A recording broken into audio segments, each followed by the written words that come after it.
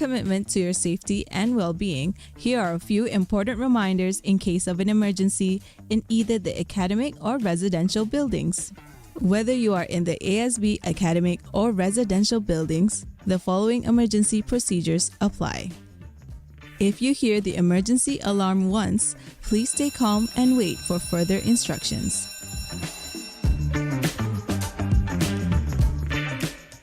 If you hear the emergency alarm twice, please evacuate the building immediately. The emergency exits for the ASB academic building are located in the middle and at the ends of the buildings near the elevators. Look out for our fire marshals, who will guide you to the nearest emergency exit. You can recognize our fire marshals by their bright yellow vests. There are 2 assembly points for the ASB academic main building. The first point is on the north side of the building, in front of the main entrance, beside our restaurant. The second point is on the south side, near the ASB residence, by the front office in Block C. For ASBR, the assembly point is located at the south entrance, near the ASB academic main building.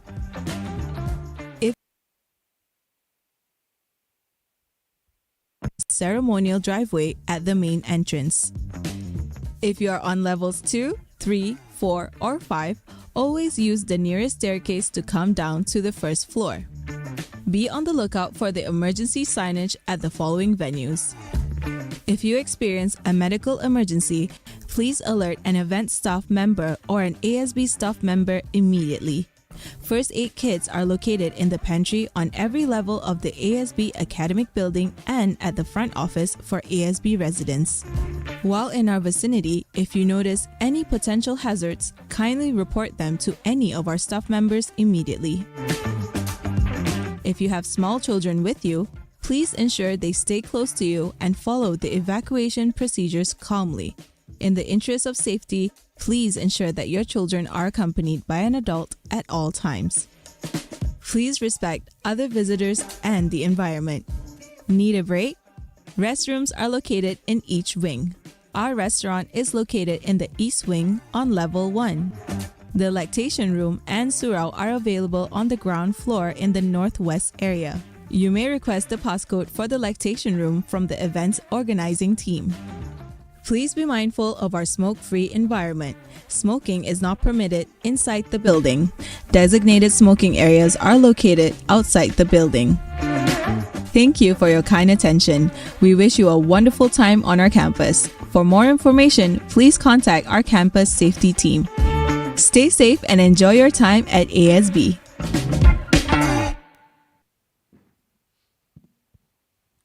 All right. And next, I'd like to introduce Prof. Joe Cherian, who is the Deputy CEO and Practice Professor of Finance at ASB. Just sharing a bit about him. Prof. Joe, he is also a visiting professor at Cornell University in New York. He was also the independent and executive director at Bursa, where he contributed to the strategic direction of the exchange.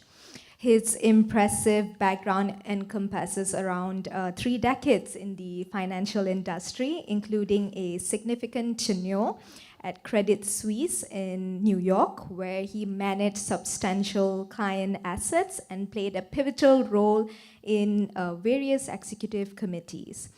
Beyond his professional achievements, Prof. Joe is known for his jovial nature and making complex financial concepts accessible while also maintaining a strong ethical framework and principle approach. So we are very honored to have you here, Prof. Joe, and I'd like to call upon him to say a few words to us today. Thank you. Thank you, Mai. I'll use a mic. I prepared it for her, that speech. Just kidding. I'm very glad to be here. I've been here just for 2 years. I'm from Malaysia, but I left a long time ago, in 1982. At a very young age, I went off to America, and I stayed there. I was an academic, and then I went to industry, as Mai pointed out, and then went back to academics, and finally ended up here. Came home homecoming, as they say in America. And there's a reason I came back here, because I just found a gem of a place. It's not easy to bring people back home after so many years abroad. I found a gem of a place in this school. I felt I was at a mini MIT. We're not MIT. We just do it in collaboration at MIT, but the DNA is very much what I did. I studied there. I've worked in, as you heard, some of the schools that are the leading edge of education, and I found that we actually have something, a mini university that gives you very hands-on experiential learning, but that also is grounded in theory. See, it's important to have the academic experience and all this stuff, but also must be able to translate it to industry. And I found as I mixed around the faculty, they're all very well trained. You'll be hearing from one of them today, Professor Ong Shien Jin. We overlapped, actually, in not age-wise, but in terms of work. We actually worked at a common university before.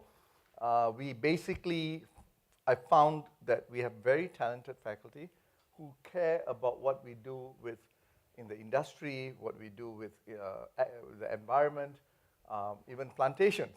We have supply chain experts who use mathematical models, but they're applying it in the certification and traceability component of palm oil. That's like that. So, I found this is so relevant.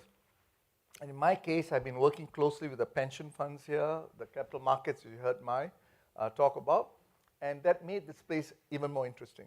And that translates to your education as well. When you come to the classroom, it's very alive. Just this morning, we had a class. I taught a class, corporate finance, under the new regime, what we call ACE.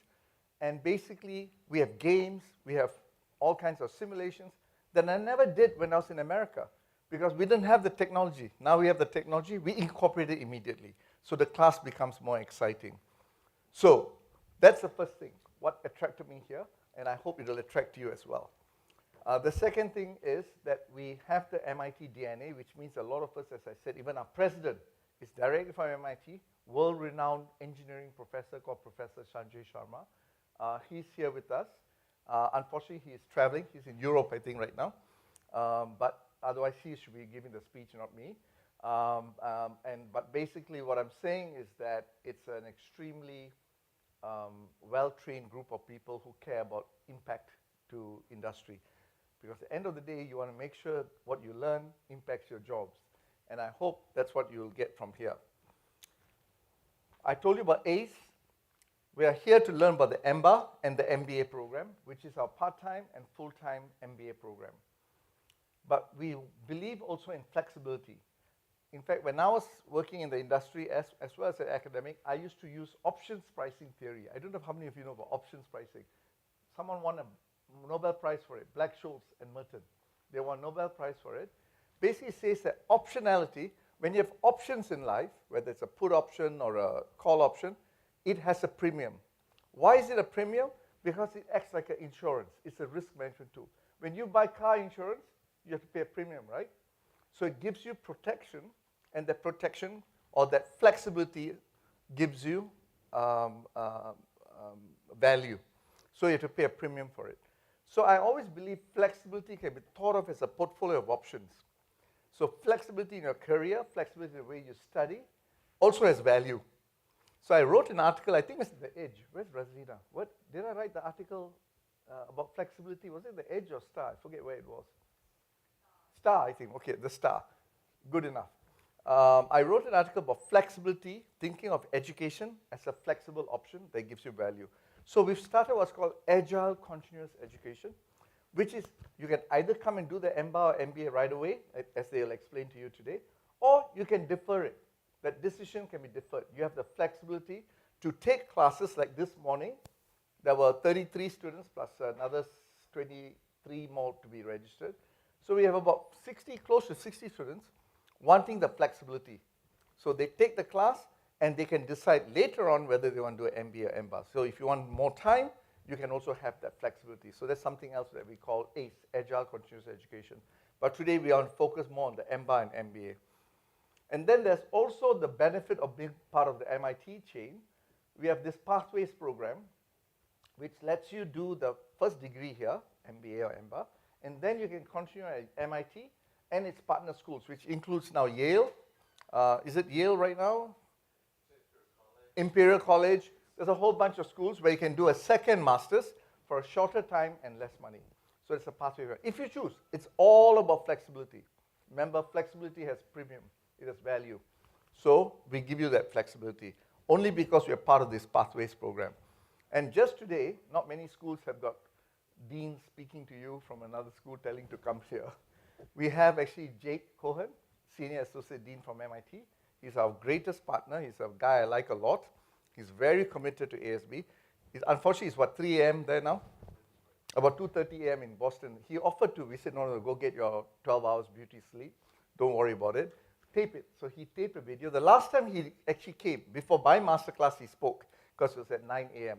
But today he's taped his message, especially for y'all, to talk about the MIT connection. Y'all may not think much about MIT, but I think a lot about it because I graduated from there. It's a great school. In fact, it's the #1 school in the world. You can check up the ratings. Engineering, business, sciences. In fact, just 2 Nobel laureates in economics, right? Simon Johnson and Darren Acemoglu. They both won a Nobel Prize in economics, and they are from MIT. So I do think that this is a good starting point to start your education, and I hope when we get over to Jake, when we play his video, that you can also get his views of what this place is about. He actually worked here for about 1 year. He was acting president of ASB for a while.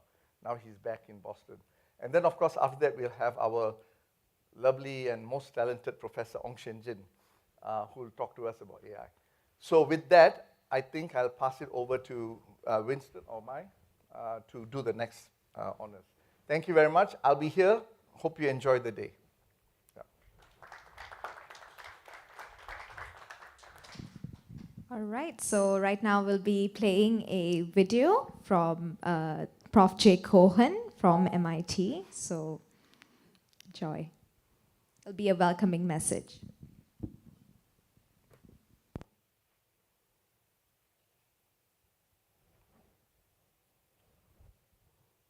Hi, everyone. Greetings from MIT Sloan School of Management. It is a pleasure to be with you and introduce you to some of the partnerships between the Asia School of Business and the MIT Sloan School of Management. My name is Jake Cohen. I'm the Senior Associate Dean at MIT, and I'm also the Faculty Director of the MS-MS program. You might be asking yourself, what is the MS-MS program? Well, first, it stands for the Masters of Science and Management Studies, and it's an opportunity for students from ASB who completed the MBA or the EMBA program to continue on to MIT Sloan School of Management and earn a degree in management and have a deep dive opportunity to explore areas that you're interested in, whether it's artificial intelligence, quantum computing, fusion energy, or any other topic. We welcome you to MIT. The nice thing about ASB is it's one of select partner schools that we offer this degree to students from. Not many people can come to MIT and study in the MS-MS program, but ASB students can. In fact, you'll have an opportunity to continue on and study with other schools from Tsinghua, INSEAD, and others around the world. Now again, this is an opportunity that I think is quite special. It's a program that provides you with an opportunity to have a deep dive into a topic that you care about and want to learn more about. You have the plethora of courses here at MIT Sloan and MIT-wide to take and explore topics that are of interest to you. Afterwards, after you graduate from the MS-MS program, you can earn a degree that is a STEM designated degree, and it will provide you with an opportunity to continue on to a job in the US as a STEM designated program. It offers you a visa for up to 3 years. So again, this is quite unique, and I hope that you consider doing the ASB MBA and then continuing on to MIT for the MS-MS program. ASB is a wonderful place. I had the pleasure of serving as interim president and dean for a short while, and I know that the team at ASB is really special and cares deeply about your education. So with ASB as an MBA or EMBA degree, and with MIT as an MSMS program potential, I think you will be well suited for careers in whatever you're interested in. So I look forward to seeing you here at MIT, and I look forward to seeing you at ASB. The nice thing about MIT and ASB is that many of the faculty members from MIT also travel to Kuala Lumpur and teach students in the programs over there. I've had the pleasure of doing that since 2015 when we launched the partnership between MIT and ASB. And it's been really a pleasure to visit the ASEAN region and to see how ASB has grown to be an important school in the region and the world. I hope that you consider this opportunity. I think this is something that could be quite special for you. And I know that you will love the team both at ASB as well as here at MIT. So with that, let me say good luck in your application, and I hope to see you as a student. Thank you.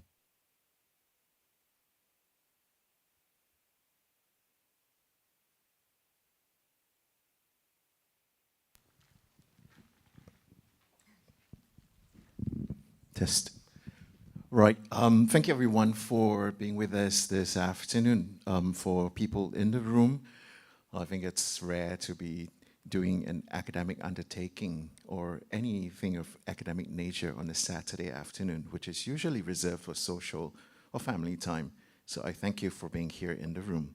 But I also want to thank those of you who are joining us online. A good morning, good afternoon, good evening to you from whichever part of the world that you're joining us from.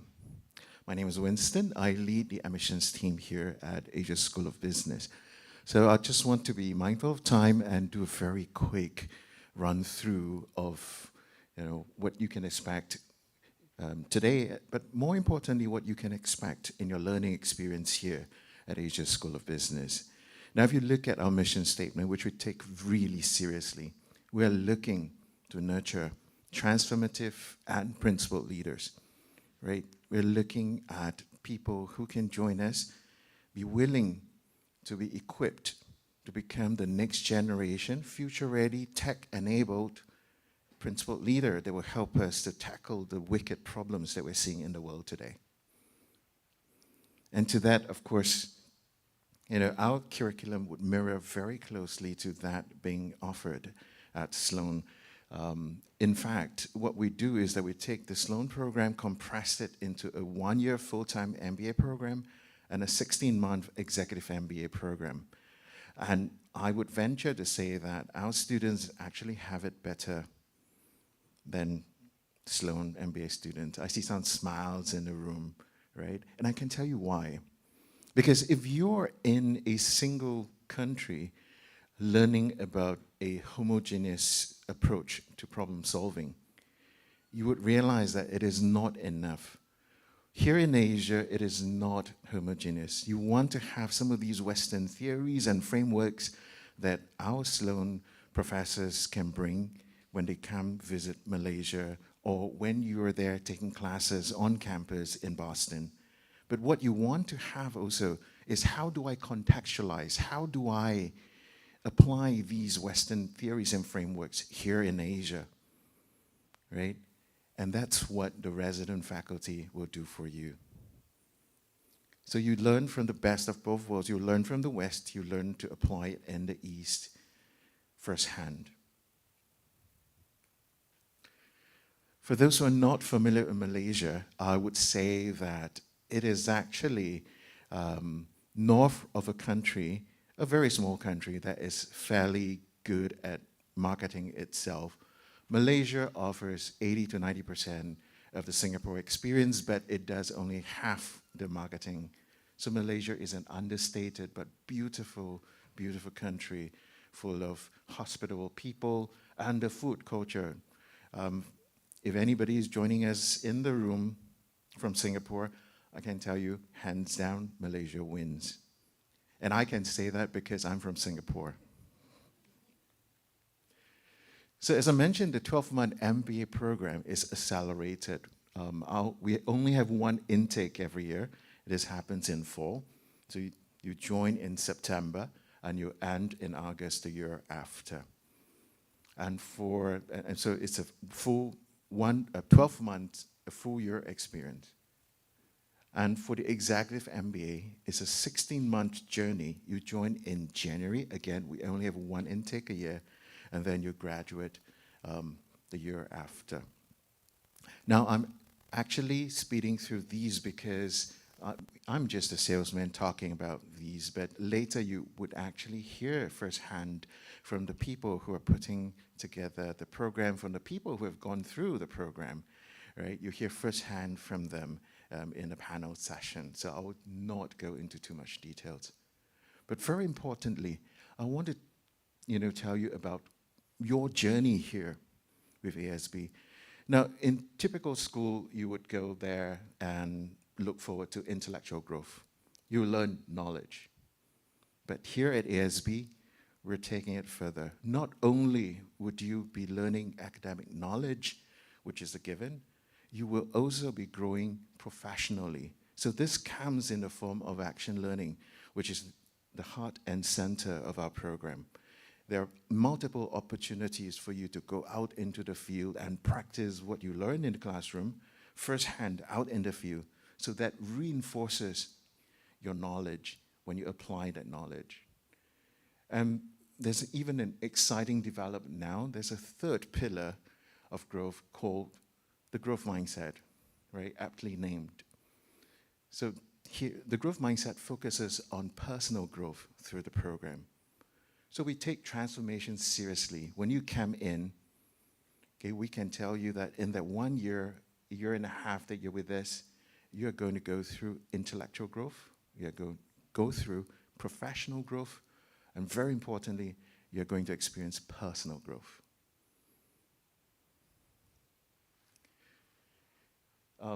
So did I mention that in the duration of the program, you actually get to spend 3 weeks up in MIT for an MIT immersion experience? And the program they can look forward to, 2 weeks in the MIT classroom, learning from MIT professors, do your Instagram check-in, hey, I'm here in Boston. But very importantly, while you're up there, there is an opportunity for you to visit the innovative ecosystem up in Boston. This is something that's new, has been introduced into the program. So you get to visit startups, venture caps, incubators, as well as some of the tech and innovative companies in the greater Boston region. And for those of you who are inclined, towards starting your own business, trying to try your ideas, there's an opportunity to do so. We have on campus an incubator. In fact, it offers a full service from pre-incubation all the way to acceleration.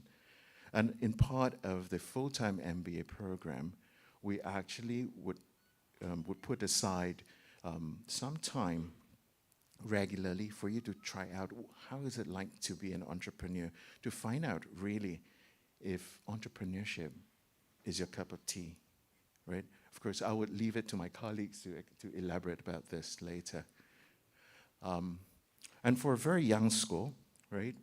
Just now you heard that we were founded as early as in 2015 when Jake spoke about it. We're just barely past 8 years old. But that's the kind of employers, the kind of, the proof of the pudding is in the eating, right? So that's the kind of employers that's been hiring the graduates from our school. And you can see some really well-known brand names out there. So they recognize the caliber and they recognize the value of our training for our students. And it is also from the get-go a cohort that's designed to be international. So to date, we have over 400 alumni all over the world, and we're continuing to add to that. But that said, the beauty of the the collaboration that we have with MIT means that you're not just the alum of one school, right? You're not just the alum of ASB, but you're also recognized upon completion of your MBA program, affiliate alum of Sloan, You can get your Winston at sloan.mit.edu email address that you can use for life. Okay, so that looks so much better than a Gmail address.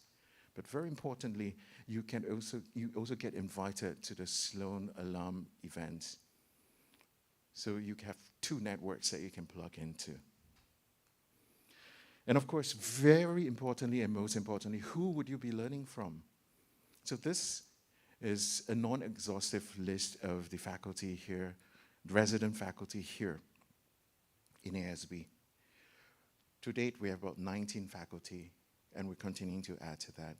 And add to that the visiting faculty that comes in from Sloan. This is a full panel of wonderful thought leaders that you'll be learning from. Of course, today, I'd like to especially mention one, someone who has, excuse me, cut his professional teeth with only, the most famous, or some would say notorious, financial institution in the world, Goldman Sachs,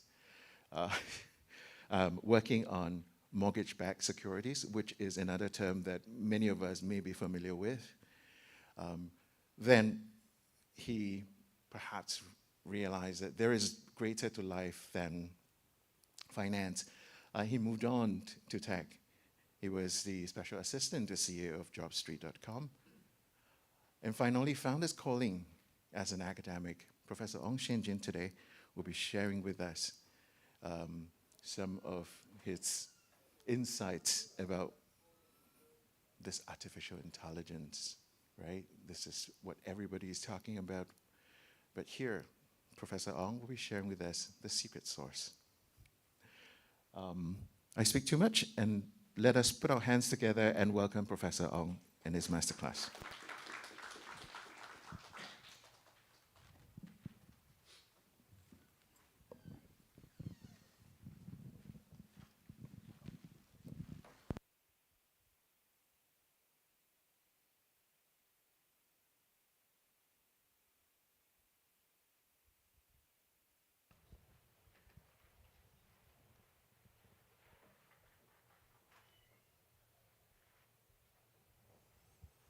Okay, welcome everyone to ASB, and to our alumni, welcome back. Winston just gave me gave you a lowdown on my career, but interestingly enough, Professor Joe Cherian and I overlapped in different decades of our lives quite a bit. We were both born in the same state of Malacca, which is south of Kuala Lumpur, for those who are not Malaysians. We both went to MIT as undergrads, and then both worked on Wall Street, different banks. We both overlapped. Actually, I worked for him at the National University of Singapore, NUS, for a while too, before we are both now here at the Asia School of Business. So I'm not sure who is following who, but we're also both professor of practice, meaning we come from industry, right? For me, my background is in math and computer science. Then I later on went to finance in Wall Street and also tech when I came back to this region. So I'm really excited to be talking to you about a very interesting topic in AI. I mean, we all know about AI, right? Because we all use ChatGPT. But today I want to talk to you about underlying technology behind ChatGPT called embeddings. Okay? It's going to be slightly mathematical, but I hope that's going to be interesting. So if you have any questions, feel free to interrupt me. Just if you're here in the classroom, just raise your hand, and then you have mics here. You can speak on it. Please introduce yourself, and I'll call upon you. Or if you're on Zoom, I think our team will be monitoring. Just raise your hand on Zoom, and our team will call upon you to ask your questions. My screen is not up yet, so is there a way to show my screen up on Zoom? I've already shared screen here. I think so.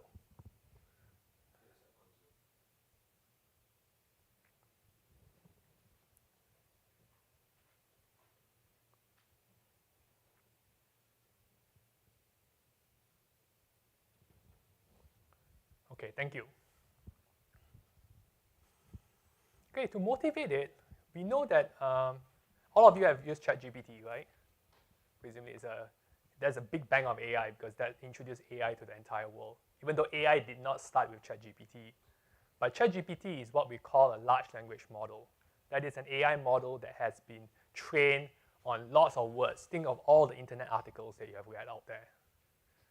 And you might have heard that large language models are what we call next word predictors.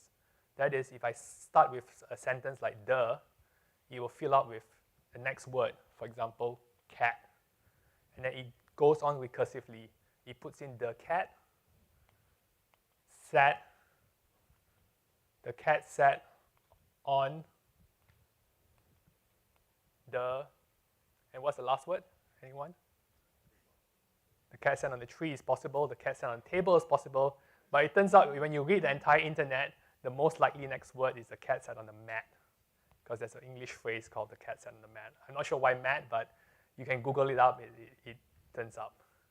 So by the way, this next word predictor is probabilistic, right? It doesn't always go, like it can be the cat sat on the table, the cat sat on the tree, the cat sat on the sofa, but it's just most likely the cat sat on the mat. But if you think about it, in order to predict the next word, the AI model needs to understand the meaning of words, right? Otherwise, how can it predict the next word? If it doesn't understand what cat is, it can't predict the next word, right? If it doesn't understand what mat is, it can't predict the next word. So the question for us, when we use these amazing AI tools like ChatGPT, is how do ChatGPT or large language model understand the meaning of words? Right? We understand it because maybe we intuitively have read all these things, right? But to a computer, words are just text, right? So like hello is just text, H-E-L-L-O. And when you put text into a computer, the computer doesn't understand text, the computer understands numbers. Or if you're even more technical, you're an electrical engineer, computer understands bits and bytes, right? But anyway, bits and bytes can be represented as numbers. But essentially, we need to represent text as numbers in order for a computer to understand it. So the traditional way computers have understood text is to what we call ASCII coding. So H will be represented as 104, E as 101, L as 108. Because you have a second L, then it's 108, and O is 111. So there's every A, B, C, D, E, F, G is represented as a certain number. And this is what we call ASCII. So this is great if you are wanting to store and represent text, right? Store and retrieve text.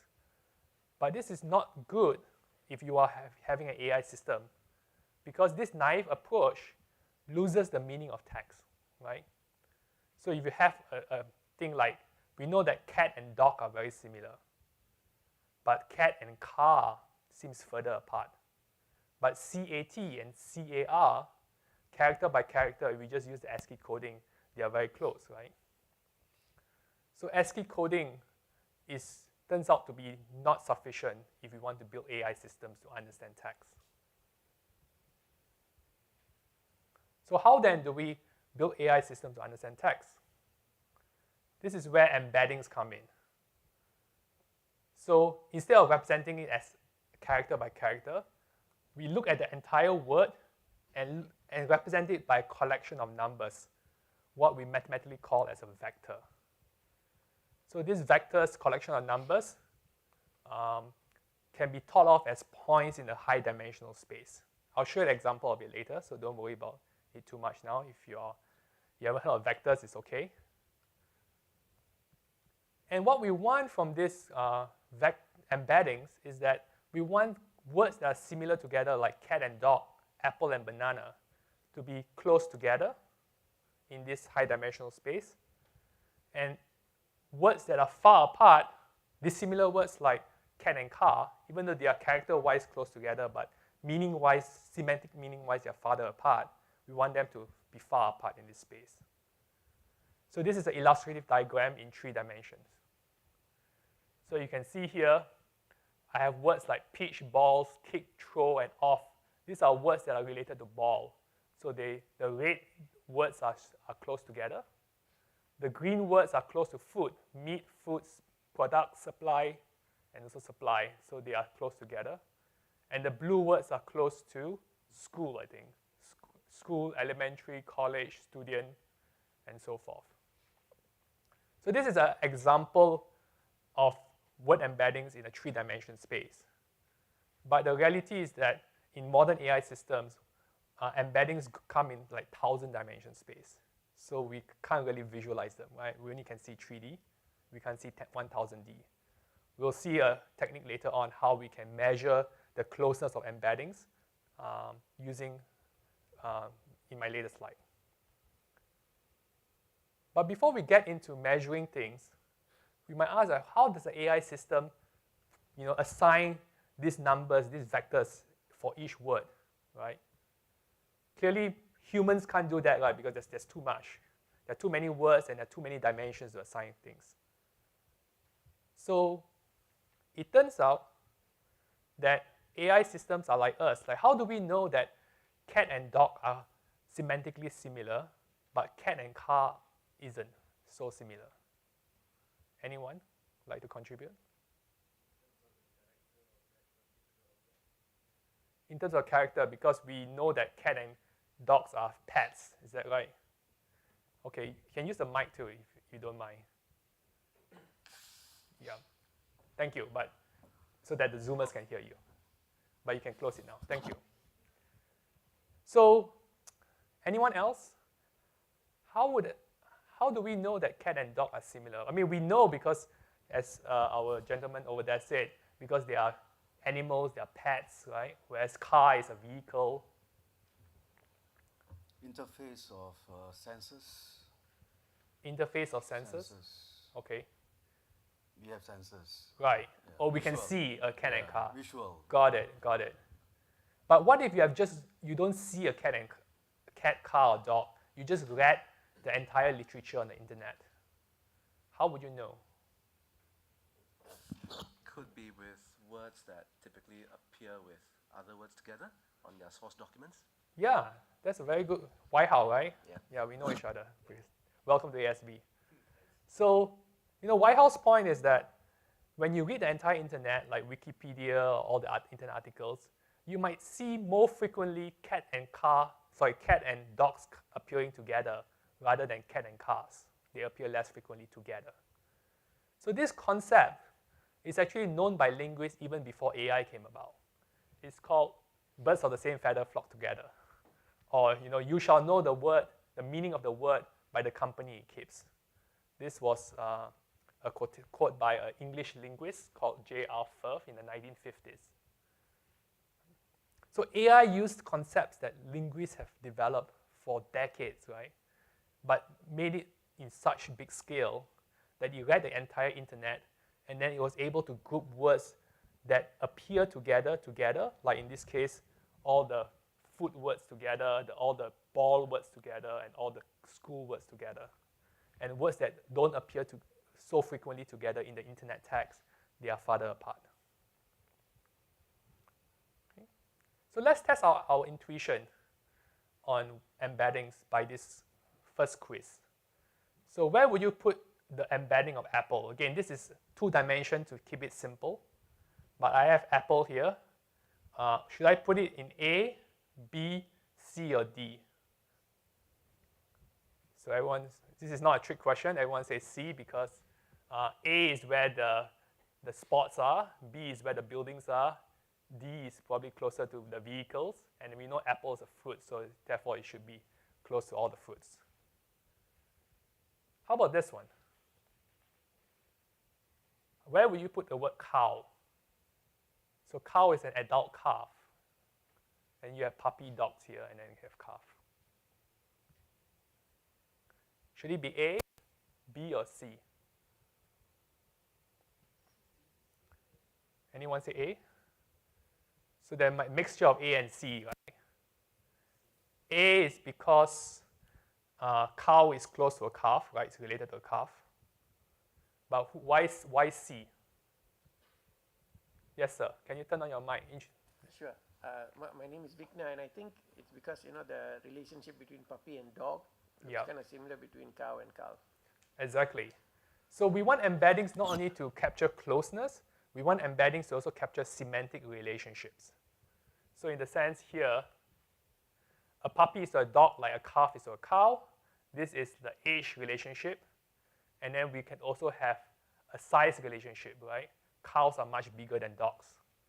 So if you go back to this here, one of the ways to think about embedding, remember I told you embeddings in modern AI comes in 1,000 dimensions, but this is 2 dimensions for simplicity. So each dimension, you can think of it as the x-axis as indicating age, because dog is an adult puppy, cow is an adult calf, whereas the y-axis would indicate size, perhaps, animal size, because cow is much bigger than a dog, and a calf is much bigger than a puppy. So these 1,000 dimensions that embeddings have, you can think of the dimensions like representing certain characteristics of the words too. But yeah, so that's how the meaning comes about.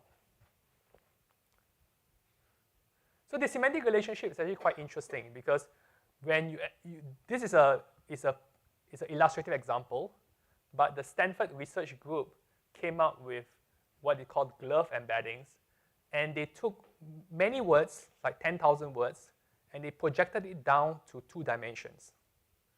And they chose the word pairs that have a gender relationship to them. And what you notice here is that the gender relationships all go in a similar direction. So like woman and man, for example, it goes from the upper right to a slightly lower left. Queen and king also goes not exactly in the same direction, but very similar direction. So remember I told you that these embeddings are mathematical representations of vectors. And because it's mathematical representation of vectors, you can do math subtraction on it. So it turns out that when you take an embedding of a king, and you deduct it from an embedding of a queen, then you get very similar to embedding of a man deducted from an embedding of a woman, because the vectors, the subtraction of the vectors point very similarly in a very similar direction. Such that you have this very famous equation, if you are in the natural language processing space, you have things like a king minus a queen plus a man gives you a very similar embedding to a queen. Not quite, because you're a drag queen. Anyway. So it's amazing that embeddings not only capture semantic closeness, but also can capture semantic relationships. And in this case, it's a gender relationship. But for the same embedding space, which I won't show you here, but you can just deduce, what if I take Paris, which is a city, I take away France and I add Poland? What do I get? Warsaw. Yes, indeed. So this captures the capital city relationship, right? Because Paris is the capital city of France and Warsaw is the capital city of Poland. So this really gives it power, the embedding, the ability to have semantic relationships, allow AI systems to understand meaning, right? But we need a way to measure how close these embeddings are. Remember I told you these embeddings are in 1,000 dimension space. So there's no, unlike 3 dimensions or 2 dimensions, we can visualize them. In 1,000 dimensions, we can't. So we need a mathematical measure to measure how close embeddings are in a 1,000 dimension space. And it turns out, this is the most technical I'll get. There's this measure called cosine similarity. I just want to remind you in your high school trigonometry that the cosine of a small angle is actually big, but the cosine of a large angle is actually small. So when you have 2 embeddings that are close together, like x and y in this left diagram, they make a small angle, and therefore the cosine is close to 1. Whereas if you have vectors that are far apart, their angle that they make is bigger, close to 90 degrees, and therefore their cosine is close to 0. So what you need to take away from this is that similar words have close embeddings, and therefore their cosine similarity measure is high, it's close to 1. Whereas dissimilar words have far embeddings, and therefore their cosine similarity measure is low, close to 0. Right? And if you are into math and you like math equations, you don't need to. turns out cosine similarity is what you call the dot product between these two vectors. So you take component by component of the vector, you multiply them, and then you add them together. And in AI, this is amazing because AI is literally these GPUs, right? You have heard of NVIDIA GPUs? These GPUs are so powerful at multiplying two numbers together and then adding all this bunch of numbers. So this vector dot product is really optimized for AI, and that's why AI adopted this measure of cosine similarity. You can do like billions and trillions of computations very, very fast in this way. Okay, let's test our intuition. If I have three words, apple, banana, monkey, which pair of these three words do you think has the lowest similarity? Apple and monkey. And can you turn on the mic and tell us why you think so? Because apple and banana are both fruits, and monkeys eat bananas. So then that rules out apple and monkey. That's right. So that's our common intuition. But you know that when AI models work, they read the entire internet. They find that apples and bananas appear together. They also find that monkeys and banana appear together because, as you said, monkeys eat banana. But they find less frequently that apples and monkeys appear together. So your intuition is exactly right. And actually, I created, remember the cosine similarity that I showed you earlier? We actually created a calculator for you because you can't imagine a 1,000-dimension vector and have to calculate the dot product yourself. So if you go to this link, you can just use your phone here. I'll give you a few seconds to access the link.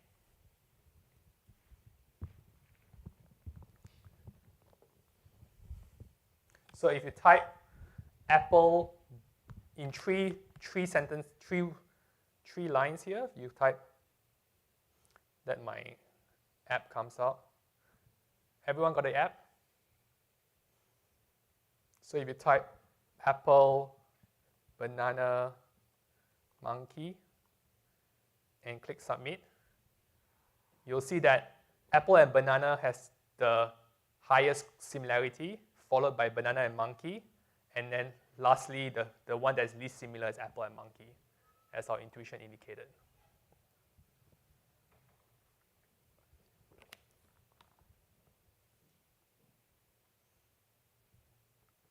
I'll pause here if there are any questions or comments.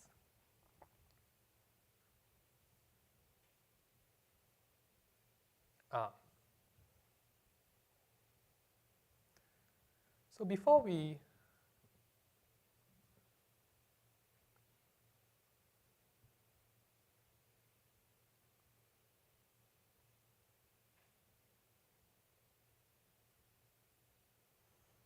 you might ask, I've been asked before, how do you know apple is a fruit? Because apple can be the computer or the company, right?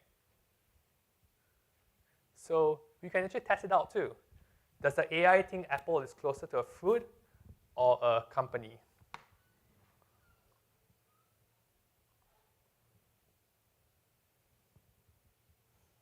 So here the AI thinks that apple is closer to a fruit because perhaps apple and fruits appear more together than, say, apple and company.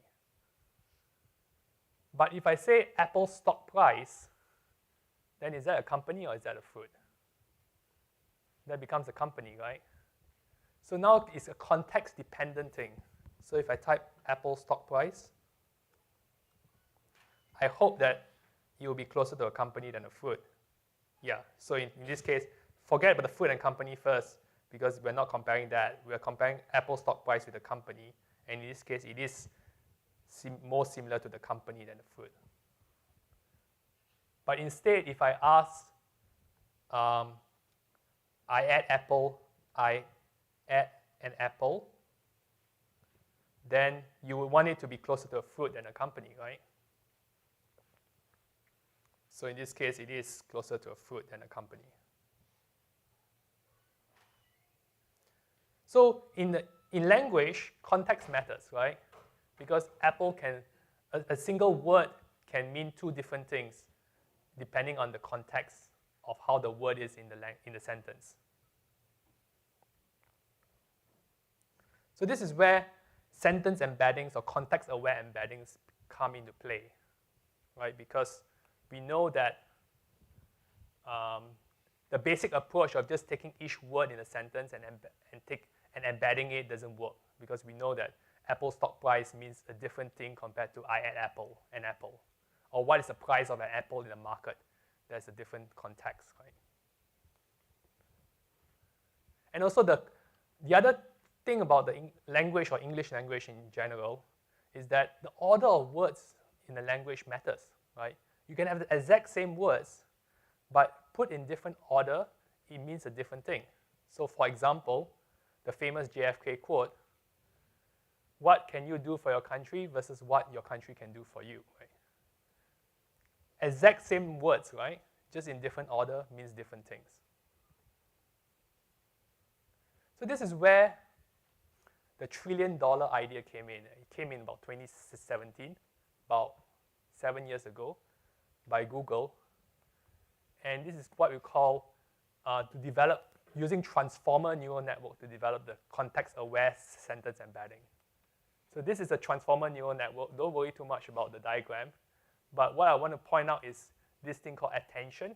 And the paper is called Attention is All You Need. So remember I talked about Apple stock price? The reason why AI can understand Apple stock price is closer to a company than a fruit is because it looks at Apple and it says, pay attention to the words that are close to it. You have stock and price. So transform that apple into a company instead of a fruit. Whereas I add an apple, the word that transforms apple into a fruit is add, right? Because I eat the apple. So this transformer neural network is fundamental to ChatGPT and all the AI systems that we see today, because without the ability of AI to understand context, then clearly we can't do much, right? Because then words become just words, and then they don't have the right meaning associated to it. So let's try another quiz to see how this context-aware works. So if I say national service, which will it have higher similarity to? What can you do for your country, or what your country can do for you? Anyone take a guess? Yes. Sir. Yeah, what can you do for your country? What can you do for your country? Okay, let's test it out. You can pull out your similarity calculator, you still have it.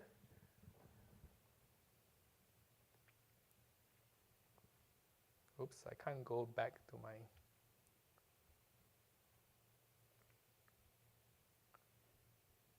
National service.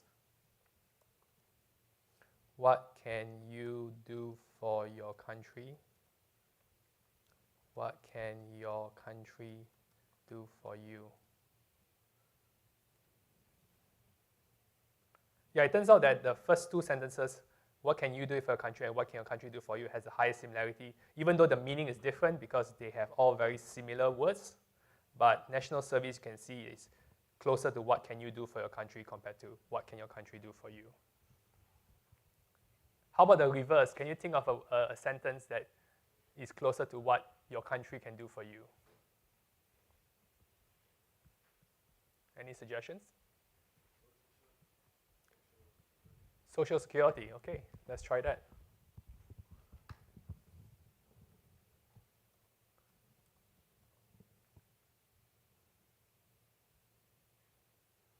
Yep, indeed. What can your country do for you? Actually, because Malaysia's national budget just got tabled yesterday, I put in a petrol subsidy.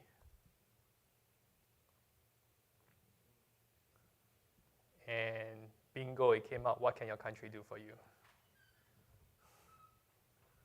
So it really understands the context, right, of the meaning of sentences, not only the words itself, but how the words are ordered. And the next quiz came from our president of our school. So one day he asked me, well, let's test out these embeddings. You have I like you, I love you, and I adore you. So if you say to someone, I love you, is I like you closer to that, or I adore you closer to that?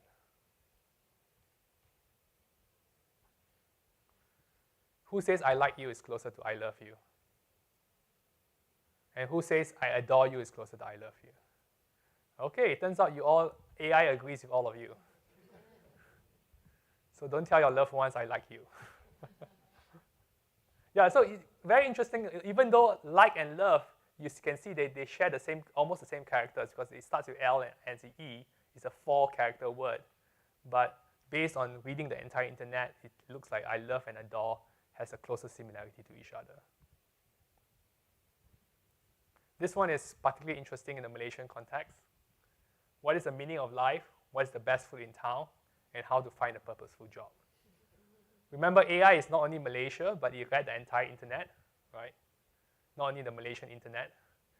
You know, maybe the Malaysian internet is that what is the meaning of life and what's the best food in town, but for the entire internet, it turns out to be how to find a purposeful job is semantically similar to what's the meaning of life.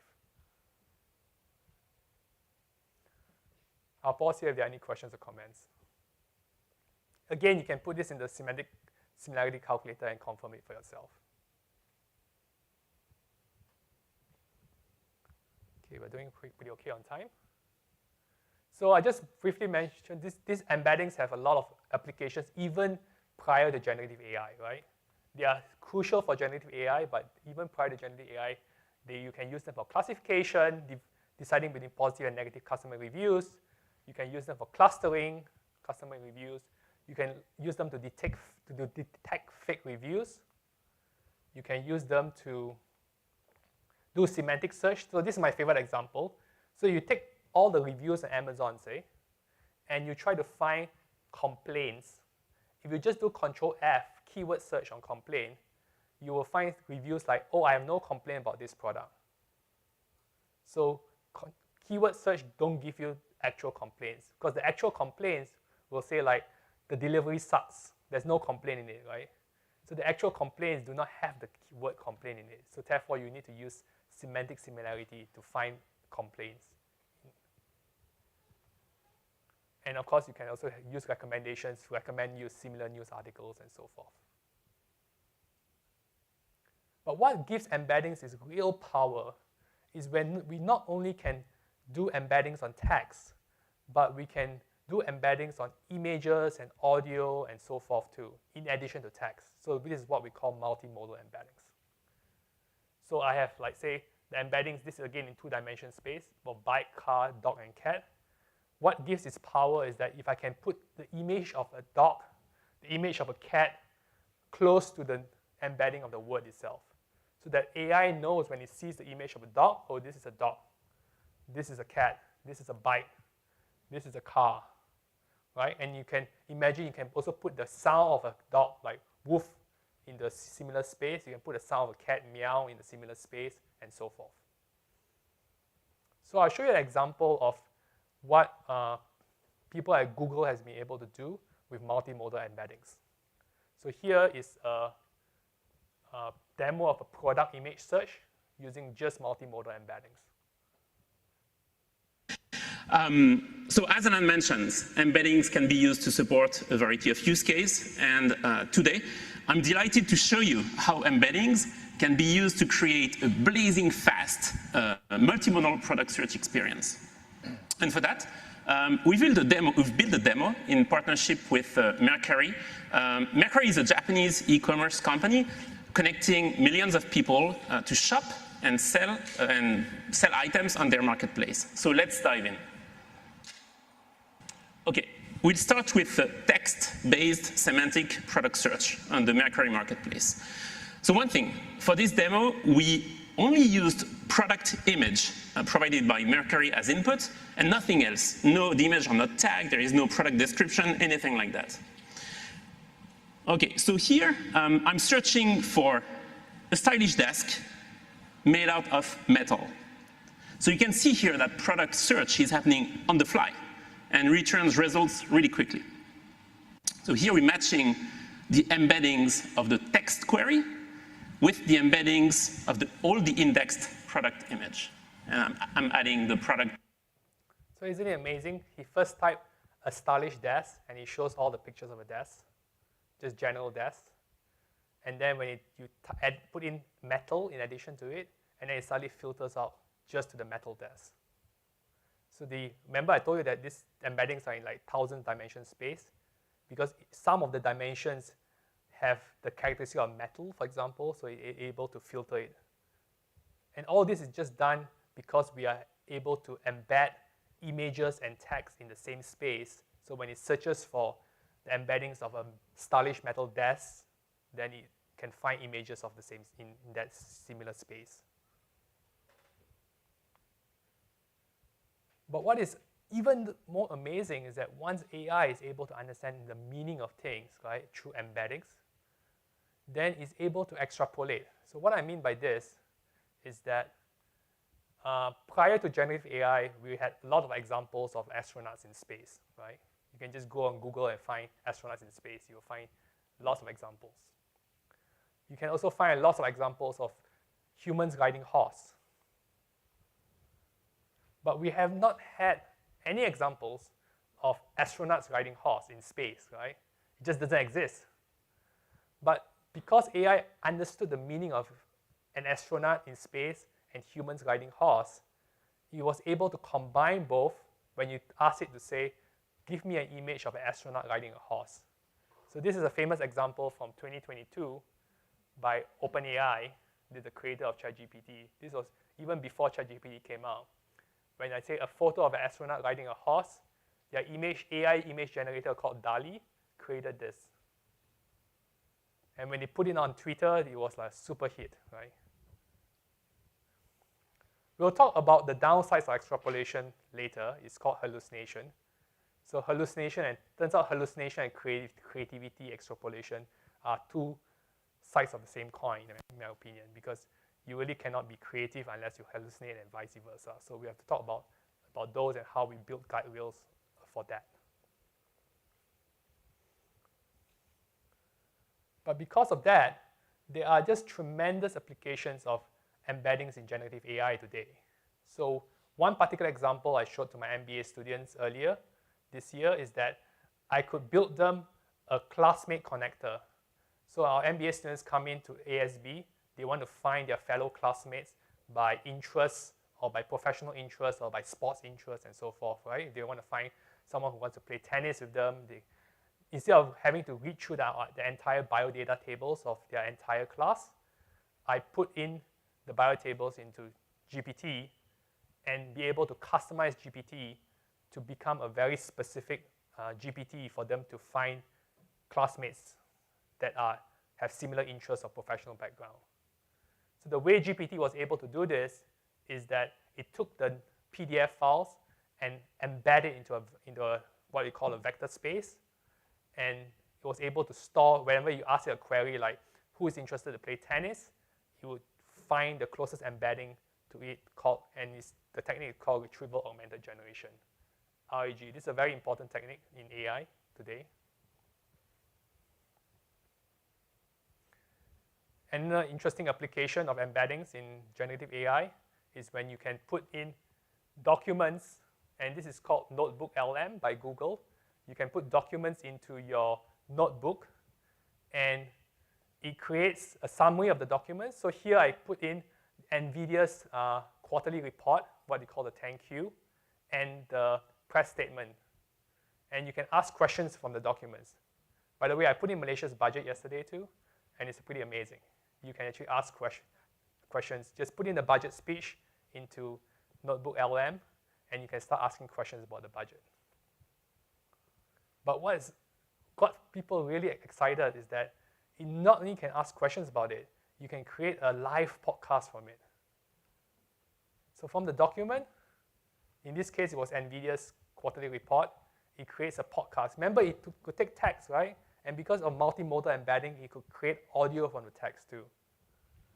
And so let's listen to a snapshot of that, a snippet of that.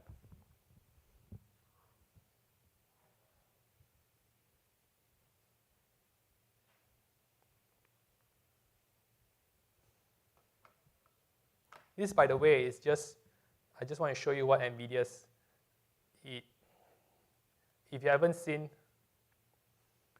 what thank you filings, they are like this.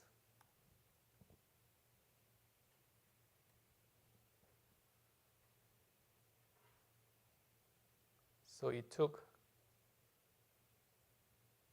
this piece of document, which is 80 pages long, bunch of text and bunch of numbers and so forth, and he created this podcast. All right, so get ready because today we are diving into the world of NVIDIA.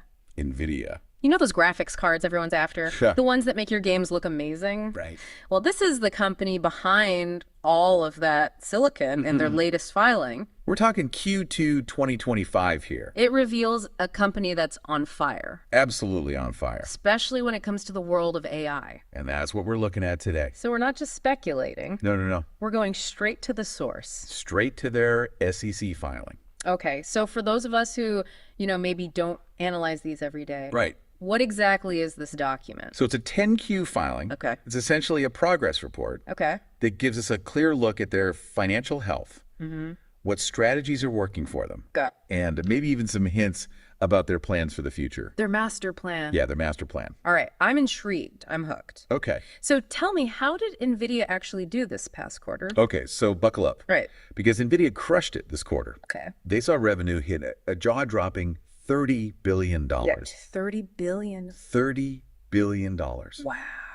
That's a 122% increase from the same period last year. That's wild. It's a huge growth spurt. Yeah. And hold on to your hats because their net income, that's the actual profit they're making. Right. It saw a massive 168% jump to hit $16.6 billion. Okay, so these are some serious... These are some serious numbers. Okay, we saw this AI is serious. I mean, certainly there's some hype in it, but you are seeing AI performing things that are just jaw-dropping, right? And because of that, you have also a lot of ethical risk issues, and also we're going to look at what impact is of AI in businesses. So I'll conclude with this segment. So one of the ethical issues of AI is what is copyrighted, right? What are content creators? How are you going to properly compensate them? So earlier this year, or last year actually, New York Times sued OpenAI, the creator of ChatGPT, because they say, hey, you have read the entire internet, including New York Times articles, and you're not paid us for it. Right? So it really tests the definition of what is fair use. Because humans, we can read New York Times, and we can be inspired by it. We can paraphrase New York Times with no issue, right? But then can AI do the same thing, right? Can AI read the New York Times and paraphrase it? So this is where the issue is, and it's still in the courts. And of course, AI is so good at writing, so Hollywood writers are also not happy because if their livelihoods are affected by generative AI replacing a lot of their jobs, then there are going to be issues around that too. Most recently, you probably have heard that the audio creation, right? Whose voice is that, right? So the voice coaches or even celebrities are also not happy if their voice is misused by AI. So in fact, it's so, for those of you who have, I just want to show you a demo of the voice mode in ChatGPT now. It's just so natural. Like we think of computers as robotic, but this clearly shows it's not. So I'll open the advanced voice mode, which is a continuous voice that you can chat with, essentially ChatGPT. Hi there. Sure, what would you like to know? Hey there, how's it? Hi there. When I speak in English, can you translate to, sorry, not translate in Malay, but can you reply in Malay? Boleh, saya faham. Mari kita berbual dalam bahasa Melayu. Okay, I'm with a group of MBA students here. Can you tell them more about generative AI? Hello to the MBA students. Oh no, say in Malay, please. Generative AI refers to algorithms that can create new content. Say in Malay. Oh, maaf. Baiklah. Oh, maaf. Baiklah. generative AI merujuk kepada algoritma yang boleh menciptakan Can you make your accent more Malaysian rather than Indonesian? Boleh. Saya cuba guna lagu Malaysia ya. Jadi, generative AI ni adalah algoritma. See, I got a Malaysian here who agrees. Apologies to the foreigners. But I thought I'd just show you that it also can make accents, right? Which is just superb. But obviously, it creates a lot of ethical and risk issues. And in terms of the risks, one of the main risks is, we mentioned briefly earlier, is that AI can hallucinate. So you have to put guardrails around it. So here is the lawyer who used ChatGPT last year when it was just released to file a court case. And it turned out that ChatGPT hallucinated a lot of court cases for him, because lawyers have to use previous court cases, right? So he used ChatGPT. He did not check his source. ChatGPT made up to the court case for him. It gets much better now with the embeddings. You can put in the knowledge documents, like these are all the previous court cases that I want you to only refer to, and cite those sources for me. So this is a year ago. So today, the ability of large language models like ChatGPT to cite sources for you is much better if you give it the additional documents to cite. But of course, it's not 100% yet. Again, I think earlier this year, there was an airline that deployed a chatbot, and it was found to give misinformation to the passenger. So the passenger sued the airline in court, and the court found that, hey, just because you deploy a chatbot as an AI, it doesn't mean you're not liable for the information that you put out to your customer. So again, like guardrails need to be put up around AI systems. But the impact is huge, right? Just last year, McKinsey launched a report, looked into different roles and different industries, and see what the impact of generative AI is on each industry and each role. This is a speculative report, but still, even early last year, they were able to say that the impact on the biggest industries like tech, banking, pharma, education, that's our own industry, telco, is going to be big, right? These are in the hundreds of billions of numbers. And the impact on roles like sales and marketing, customer and operations, product, software engineering, these are huge too, right? I'm not sure you follow, but last month, Salesforce, which is known for its customer relationship management, CRM, right, said they want to deploy 1 billion AI agents by the end of 2025. So in 2025, that's next year, they want to deploy 1 billion AI agents that can resolve customer issues, that can answer customer queries, right? So imagine if you are a customer service person, you should be thinking about that. If you are a sales and marketing person, you should be thinking about that, right? So this is a revolution that, in my opinion, is unlike other technological revolutions, because previously in technology and automation, it came from the bottom up.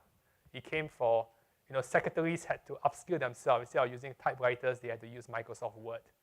Accountants had to upskill themselves. They used Microsoft Excel, right, instead of pocket calculators. But now this technology and automation is coming from the top down, because it's a cognitive revolution. There's intelligence coming in, there's cognition coming in, there's understanding coming in, there's reasoning that's coming in. And that's why at the Asia School of Business, we believe that education is the oxygen of the new economy. So you're all here at the right place at the right time, in my opinion. So please take the best use of that. And thank you very much, and I'm happy to answer any questions or comments you have. Yeah, if you don't mind, on the AI agent, sure. In terms of customer... Can you introduce yourself, please, sir? Sorry? Where are you from? I'm Anand. I'm from Pranas. Yeah, okay. Okay. I just wonder, from the AI agent, yep. In terms of use cases, in terms of customer engagement experience, does the AI voice can create a revolution where you don't need man? Yeah. Yeah, I think so. I just showed you a demo, right? Yeah, does it sound like? Does it sound natural to you? Yeah. Yeah, and in fact, you can make it. You can instruct it to be empathetic, for example. You can instruct it to play a certain role, right? So they actually release not only it on ChatGPT, but they release this voice mode as an API so that you can integrate it into your own product line. So if you are Salesforce and trying to build a AI agent for customer service, for example, they are probably going to be using this kind of voice API in addition to text APIs to serve their customers. Means can evolve until in terms of full automations, no man's needed. So I think a lot of experts think in the short term, especially so think about sales and marketing, right? It's not only about contacting clients. It's about knowing what your customer needs, meeting face-to-face in person, right? No, we're talking about contact center, example. Yeah, so contact center might be a different issue, but I'm just talking about, say, a sales and marketing person, right? So in the short term, it's more likely that they are going to be augmented by AI than rather by replaced by AI. Contact centers, for example, could be the opposite issue. It could be fully automated by AI. But for most jobs, and this is what most experts think at this, and again in the short term, it's much more augmentation by AI rather than full automation by AI. So your job is probably not going to be threatened by AI, but rather by another human who is going to be using AI. But in the long term, I do not know.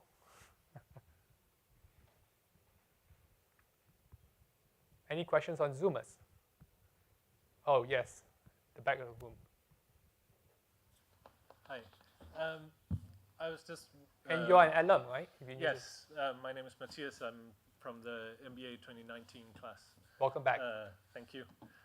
Yeah, I'll be talking up there in a little while. But just sitting through your talk, it's really fascinating stuff. But one of the things that sort of came to my mind is embeddings.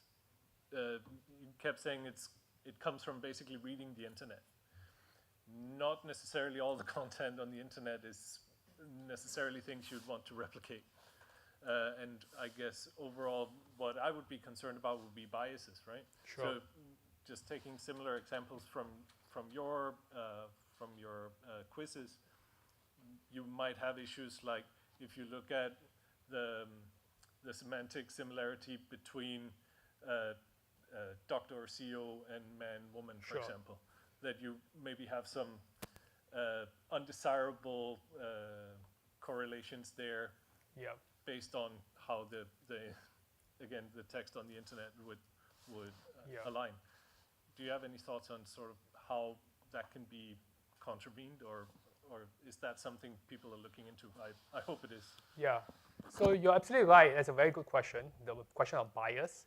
In fact, the earlier models would have things like when you ask it to complete, the doctor went to the car park and took out, it will auto-complete with his keys. But if you change just one word and said, the nurse went to the car park and took out, it will say her keys. Right? Just because of the similarity measure, right? When you see doctors on the internet, they tend to be a male. But you see nurse on the internet, you tend to be a female. So this is also, so there's a lot of research, and so the later models are able to correct these biases. So you're absolutely right that just by reading the internet alone, you introduce the human biases that are present in us and on the internet. But because these models, you can parameterize them, you can actually correct for those biases too. Great question. Anyone else? Anyone on Zoom? I can't see the Zoomers, but any questions on Zoom? Okay, now it's... Sorry, can I have last question? Okay, sure, last question. Yeah, onto business commercialization's perspective. Sure. Shall the use cases could be taken from LLM or the foundation model itself, to create a foundation model itself? Yeah. Can you elaborate more specifically? So that I want to try to understand your question. Yeah, rather the team should look onto using the generative AI or they create a platform, the AI basis through their own experiences. Are you saying that should people build their own AI models? Yes, AI models. Or should they use current models and develop from it? Of the platform, in terms of the AI. Well, most people should use current models because it's the most accessible. In fact, the current models are accessible by APIs, like GPT, for example. We use the web version, right? But GPT is accessible by API too. So most people, in fact, most companies who are using AI are using the API version of GPT, for example. They are not building their own models because to build a model like GPT would cost you at least $100 million, right? And no university, no research lab, no company probably has that budget. And even if you have the money, you don't have the expertise to build it. So, but the powerful thing about these models, these AI models, as I showed you earlier, is that they're very customizable. Even though you can use a standard GPT model, but you can customize it to your own business needs, as I showed you earlier. And it's because of the power of things like embeddings. Okay, thank you, everyone. I hope you had a great time. I think we have a coffee break right now, right? If I'm not, so I can happy to chat over coffee break. See you then.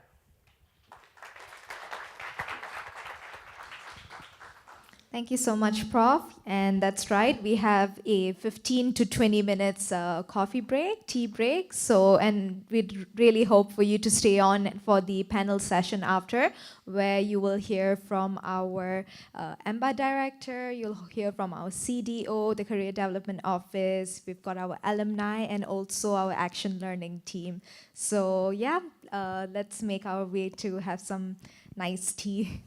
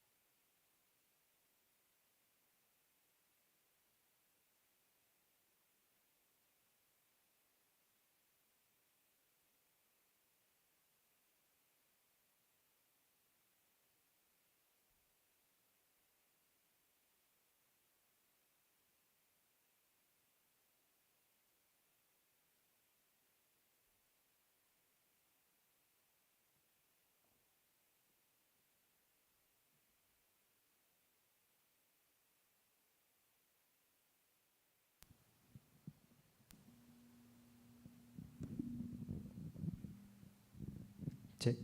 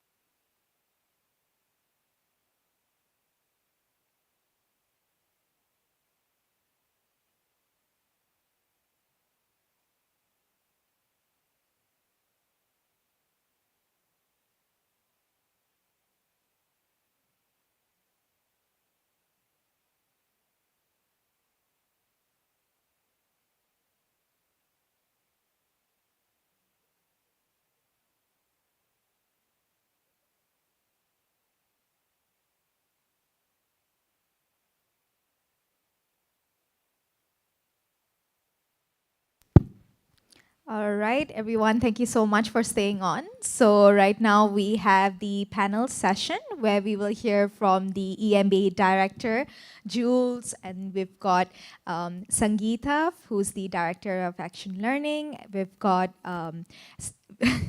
yes, and we've got Melise, who's the director of career development office, and we've got Matthias, who is our former MBA student from class of 2019. Let's give it up for them.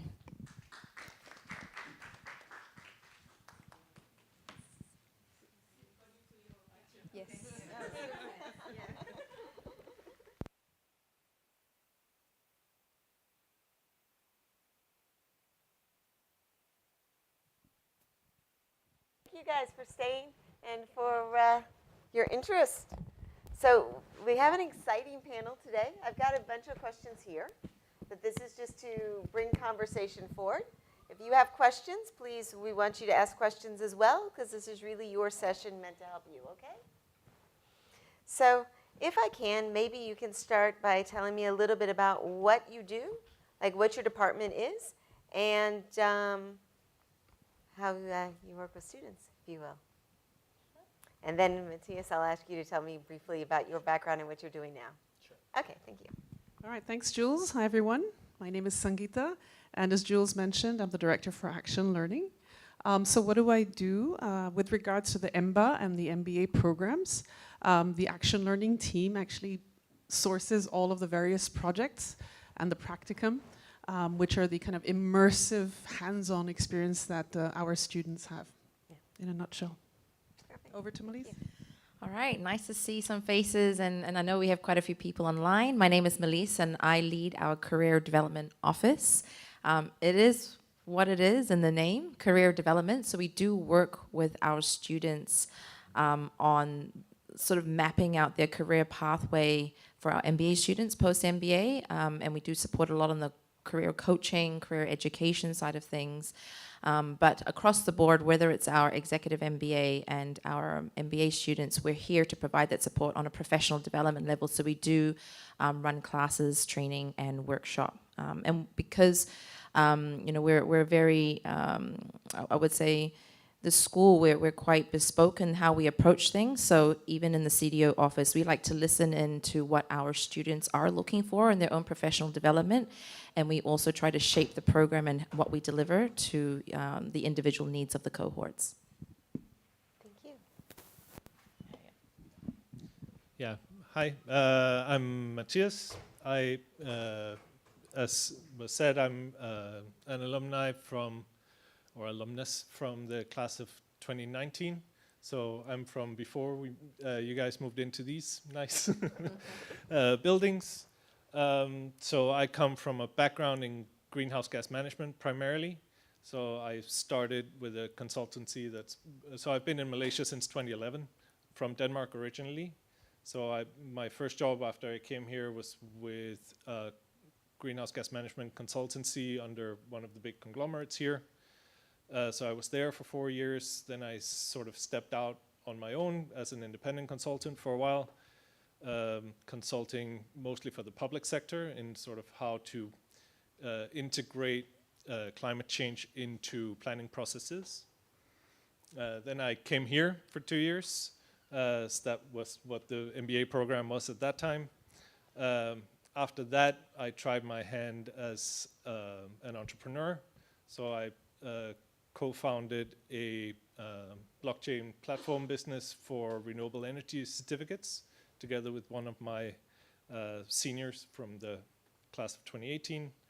And then about 3 years ago, I was asked to step into an in-house environment, social, and governance role with a small local oil and gas player. So when I joined, we were 8 people in the office. Now we're 40, and we're moving into an 85-seat office in a couple of months. So, so they're sitting as part of the senior management team, focusing on all ES&G, so environment. Still, emissions is a big part of my portfolio, but then also looking at how do we scale our culture as we are growing so fast, and how do we then processify some of these things as well, going from 8 to 40 to 80, there's some work in there as well. Indeed, thank you. And if you actually come to ASB and you take the Energies class, he's also a guest speaker for Renato all the time. So thank you. And I think I've had the pleasure of talking to half of you. I'm Juliana from the Executive MBA Program Office. And the role of the Program Office is we're your first source of contact whenever you need anything. So if you will, we're like your guide. You come to us, you need to have a conversation with the professor. We'll guide you in the right direction. You need to ask certain questions, and we'll send you to CDO, we'll send you to Action Learning, or if we can help you, we answer the questions ourselves. And we are in charge of coordinating the schedule. And so if I can start, okay, so I know with Action Learning, you as a student, you come in and have the opportunity to have a project, but then what? So if I can, what skills do you develop through the Action Learning experience? And can you tell me a little bit about the projects? Okay, sure. So maybe we start with what are the projects like? What are they about? So as a student, especially on the full-time program, you'd be involved in a team-based project. So the team-based project could be, the choice of the team-based project would be strongly influenced by your interest in terms of your aspirations after the MBA program. So because we know that there's, students like to do projects in a variety of different settings, we like to ensure that there's projects that come from MNCs, but also from like local conglomerates, exciting and interesting startups potentially as well.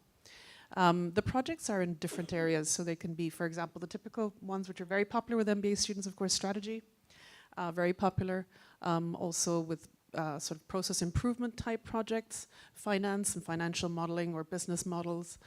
Marketing projects are popular, and then we also have projects around people, culture, and organization. And in terms of themes, I don't know how it was when you were here, Matthias, but what I've noticed, and I started at ASB in 2020, is every year I've been here, we have more and more projects around the area of sustainability. So we kind of have these themes that keep coming and growing. So next to your sort of original question, which is around the skills. So what can a student hope to develop during the process of a project? So a project is a 4-week dedicated immersive experience within a company. And these companies, as I mentioned, the diversity of them, but these companies typically will be outside of Malaysia. So you'll have the opportunity to experience corporate culture, but the corporate culture of a company in a different country. And also, of course, the kind of the social aspects, in the evenings, etc. So the kind of skills that you would develop would be sort of technical ones. So you would get exposure. So let's say if you've selected a marketing project, and it's not necessary that you have marketing experience, by the way, because that's part of the MBA program, you would develop much stronger marketing skills. So you would develop your technical skills based on the project, the functional sort of topic of your project. So that's sort of one side, the technical skill development. But then the other side, which is, I think, equally important, is also developing your leadership skills. So you're working, as I mentioned right at the beginning, in a team. And typically team size is about 4 students. And our MBA program is really very international. So what you'll find is you're working very, very closely for this host, delivering a project for the host company. And there's maybe 4 of you in a team, and the 4 of you will be definitely from different countries and even from different continents. And you're working together to deliver, a goal for this company. And within that, there's a lot of learnings about how you are in a team, how you contribute towards a team, what your derailers are, what other people's derailers are. So you learn a lot about self-awareness, how to support others, host engagement and stakeholder management. So there's a lot of sort of the leadership sort of skills that the students also get to develop in spades. Thank you. I appreciate it. And I know this wasn't on the cheat sheet, but can you share with me your favorite Action Learning project that you did? Sure.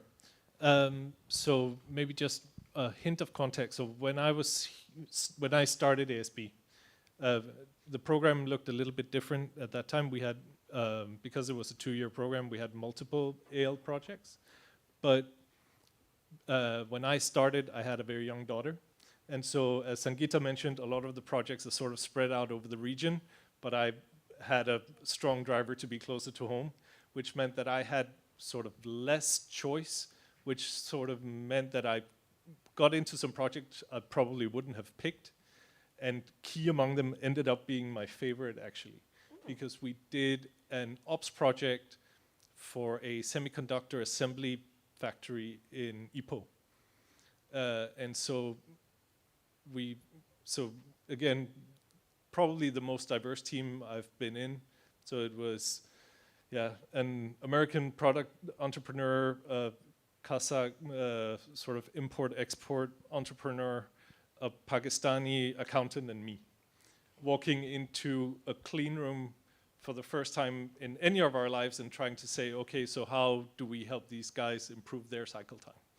And it sounds completely ridiculous, and in many ways it was. We have some great photos from that project as well. But to me, what it did was, one thing, it really solidified that these things we learn in class actually have practical application, also when you have no background. So I'd never been near an operations environment before, but we still managed to come in and I think create real value for this company. I think we identified just having people come with clear eyes from outside and having those 4 weeks to really dig into whatever problem you've identified, I think had a lot of value for a lot of the companies we work with in AL. But here we were able to identify some of the issues that they hadn't thought about, like where they were holding up their project and what that was actually costing them. So we could step back, try to put some numbers to it and say, you're actually losing hundreds of thousands of millions of dollars here by holding up the later part of your production line.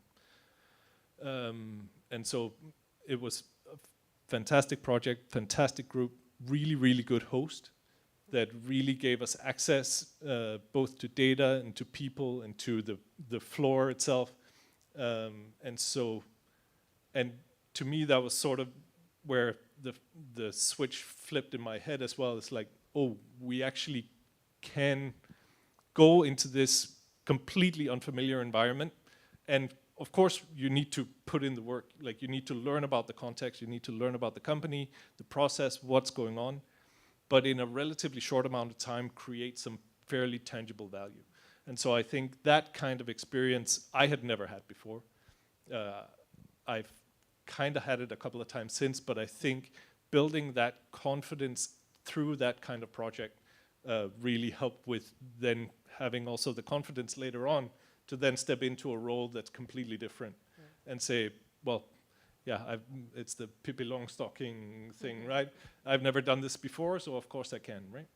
And sort of building that mindset, I think, is one of the things action learning does extremely well. Thank you. I appreciate that. And so if I can, Melissa, I don't want to forget you. No, not at all. That was a great sharing, by the way, Yes. Matthias. Thank you. So I come to ASB, and I'm very interested in learning about career development, whether I want to change jobs or I want to grow in my role. How does the CDO help support me? Okay, so we at the CDO office are here for our students from day one. So we are an integral part of your MBA journey. It's a big reason why, right, you come and decide to do your MBA is because you're looking at sort of this next phase in your career, whether you're looking to accelerate your career or pivot, as Jules said, or maybe go down a completely different pathway and maybe go into an entrepreneurship like Matthias did as well. So the first thing that we do is we actually listen to what our students are looking for or what they're trying to discover. Some students may come in and maybe don't have that clarity just yet, and that's okay. And that's part of the learning and the discovery that they're seeking through their MBA experience. So outside of the sort of the technical classrooms with our faculty, we come in more on an advisory and a coaching aspect, really leaning into understand what are your motivators, what are your values, basically where would you like to spend your waking hours, most of your waking hours at as part of your career. From there, we're then able to shape how we may guide and support you as you go through the rest of your MBA journey. And that would be in the form of different types of access to different types of support and resources. So that could be in the form of the classes and the training that we do, the coaches, so very specific coaches that we have in our network. And also we have a bunch of different resources and tools that's going to support you. And really at the end, right, it's how we can support you to get to that post-MBA career that you are looking for. And I think in many instances for some of our past alumni who've perhaps had that clarity quite early on, we've seen many people actually get an offer and accept offers even before they graduate. So there's a methodology to the chaos a little bit when you're going through an MBA journey. There's a lot going on. It's high impact, high velocity. That's what we deliver here. And at the same time, within the Career Development Office, we want to make sure that everything that you're doing and the time that you're spending here is also leading to those towards those career goals and career aspirations that you have. Thank you. And you also run a lot of workshops, because I know today I saw all of our students here for the oh yes, we had a case prep. So some students do come in wanting to go down, obviously pursuing a consulting career. So we do have very specialized classes. So case in point, this morning we actually flew in a couple of trainers specifically for case preparation, getting you interview ready. To interview with consulting firms, typically your MBB, your Accentures, your premium medium firms, that type of thing. So, our training and our workshops, we have different tiers of them. So we have our core classes.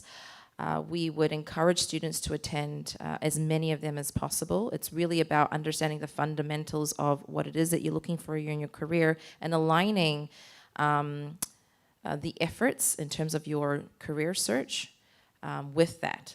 So career clarity workshops is one of the first things that we do, really understanding what direction you want to focus on.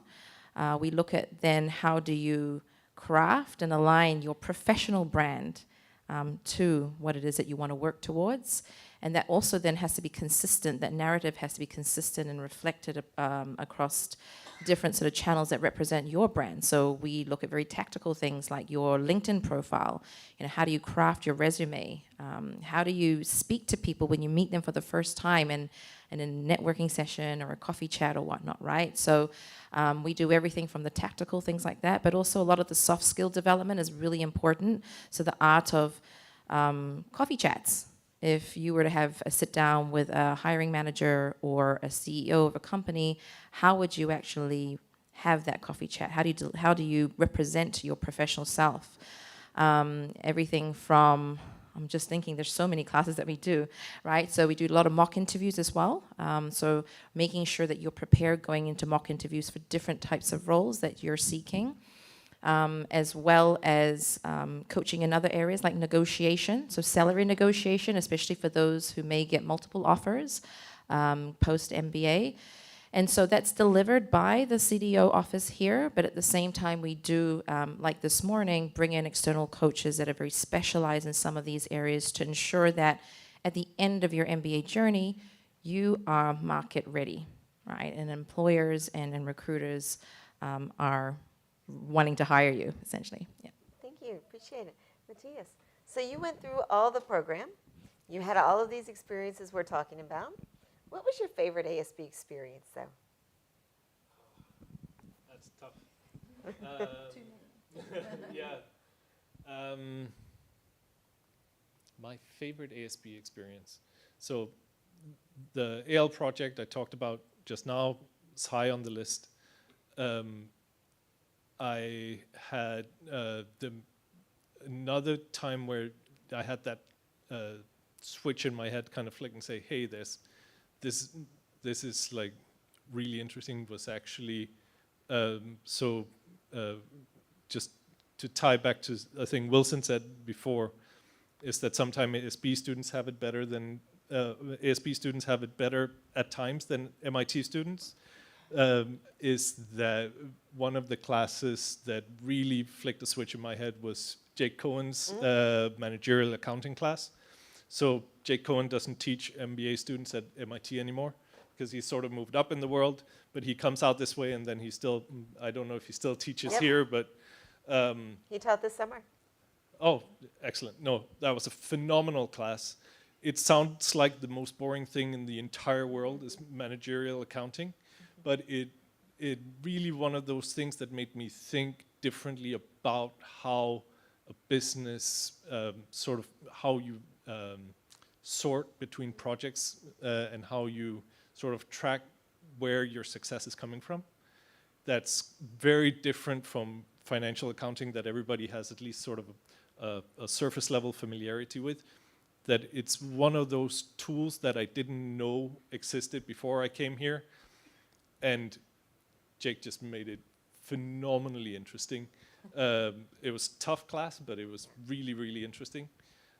So that was a great class. The MIT immersion was obviously... Can you say a little bit more? Because I don't think they've heard about that yet. So yeah, I think now it's 3 weeks. Where you get to go to MIT. Again, there, the way it was for us at least, I know some of my information may be outdated, but essentially they build a mini curriculum that's sort of squeezed into those couple of weeks.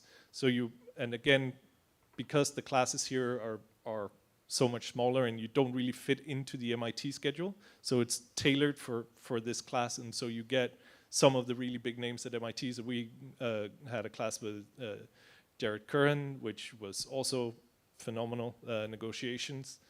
And so that really intense period, getting to like walk around in Boston, sort of getting a feel for what the environment was like there, was awesome.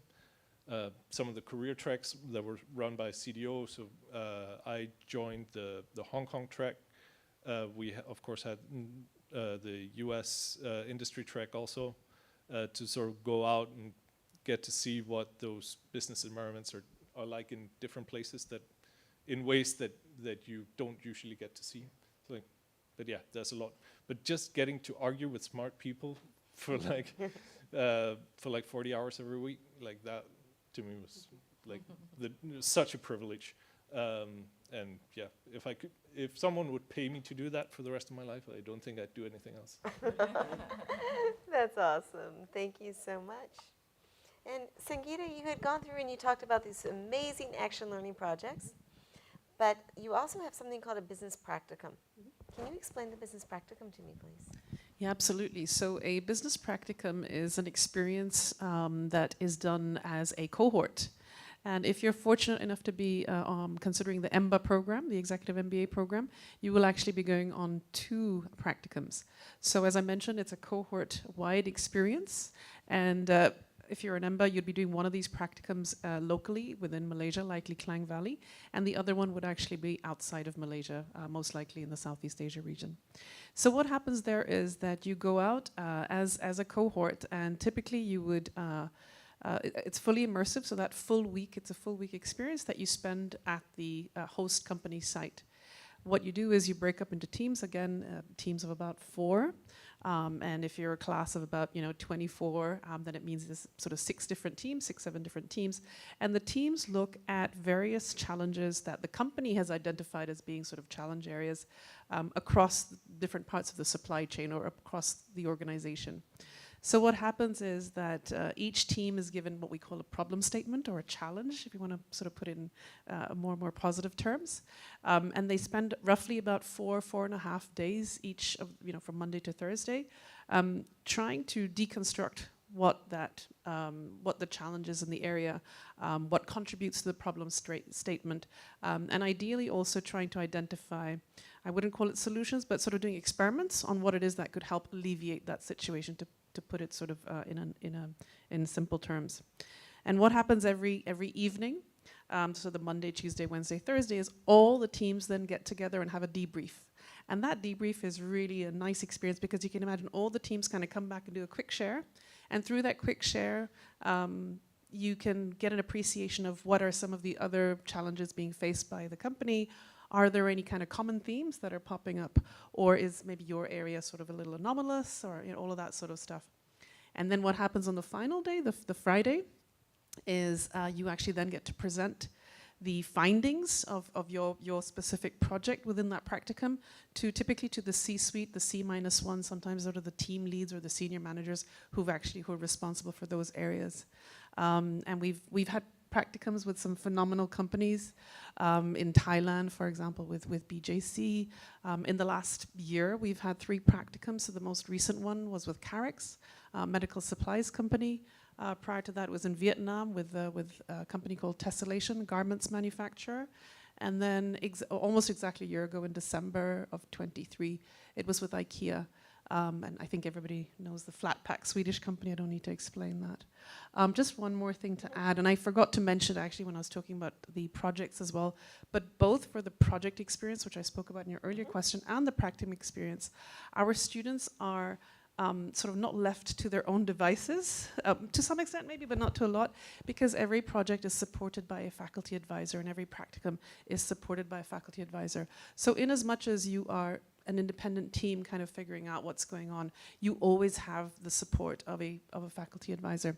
And with the practicum, the faculty advisor is actually there on site, so you have daily interactions. The faculty will actually go and visit each team once a day, and then they'll be there for the debrief as well. We've also piloted with having business coaches. So business coaches are seasoned professionals with sort of 25, 30 years experience, typically C-suite, C-1. We've also experimented with bringing them on to support to supplement the faculty advisor. So I think with all of this, you have the students or the student teams have a lot of independent ability to independently kind of chart their way to try and solve the question, but they also have the support from the faculty advisor and business coach. Thank you. I appreciate it. So I just did a quick time check-in. I realize we've only got 5 more minutes. So I'm going to ask Matthias one question. What do you wish that you would have known before you started the program that you know now? Yeah, it's a good question. I think we talked about it during the tea break just now. One of the things is that you really get out as much as you put in.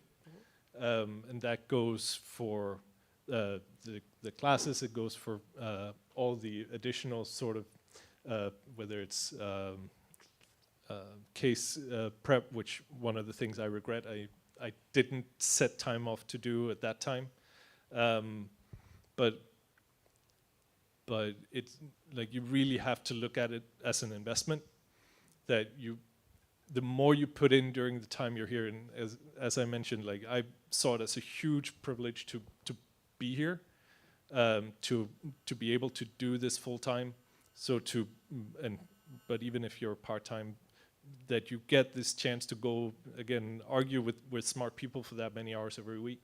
So the more you put into the prep, the more you put into the sort of engaging also on the social front, the more you get out. That also means that there's probably some conversations you need to have with the other people in your life. That's also one of the discussions we had just now is like, yeah, if you have a spouse, if you have family, if you have friends that are used to seeing you regularly, if you have an employer, you're going into an EMBA program, it's probably some fairly serious conversations you want to have in terms of what time do you have that you can put into this program. And probably acknowledge that there are some things that need to sort of take a step down for a while. If you have kids, I can also tell from experience that it's a tough period. It worked out pretty well for me. I think I got a lot back. I don't think I'd be able to do the job I have now as efficiently as I would like to think that I do it now. If I hadn't gone through that experience and put in what I put in at that time. And the investment there is not only in the academic side, not only in the sort of in the technical things, it's also engaging with your classmates. Because ASB tends to have really, really good students.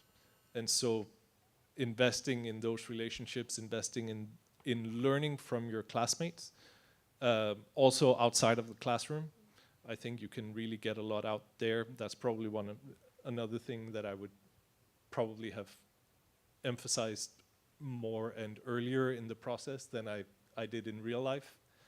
But yeah, it's sort of really have that reckoning with yourself. Like, are you willing to put in what it takes to get the most out of that period?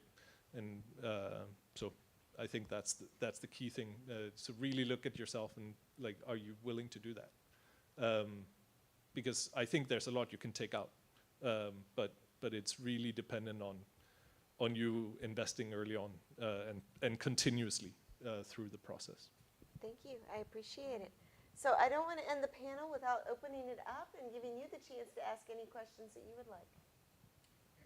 Yes, please. I got two questions, one for Sangeeta and Melise. The other one is for Matthias. Thank you, Julia. Yes. So for Sangeeta and Melise, when students go for this action learning, my understanding is some of them actually get absorbed by these companies that they had a practicum at. What were the differentiating factors you saw in these people? Or if there's one, so just want to understand how they did. Maybe we can emulate. Matthias, I want to ask, when you went through, you were a full MBA student? Yes. When you went through the program, did you feel like it was geared more towards people who wanted to become startup founders, perhaps, or build business of their own, or to be in the corporate sector and have their career flourish because of the program?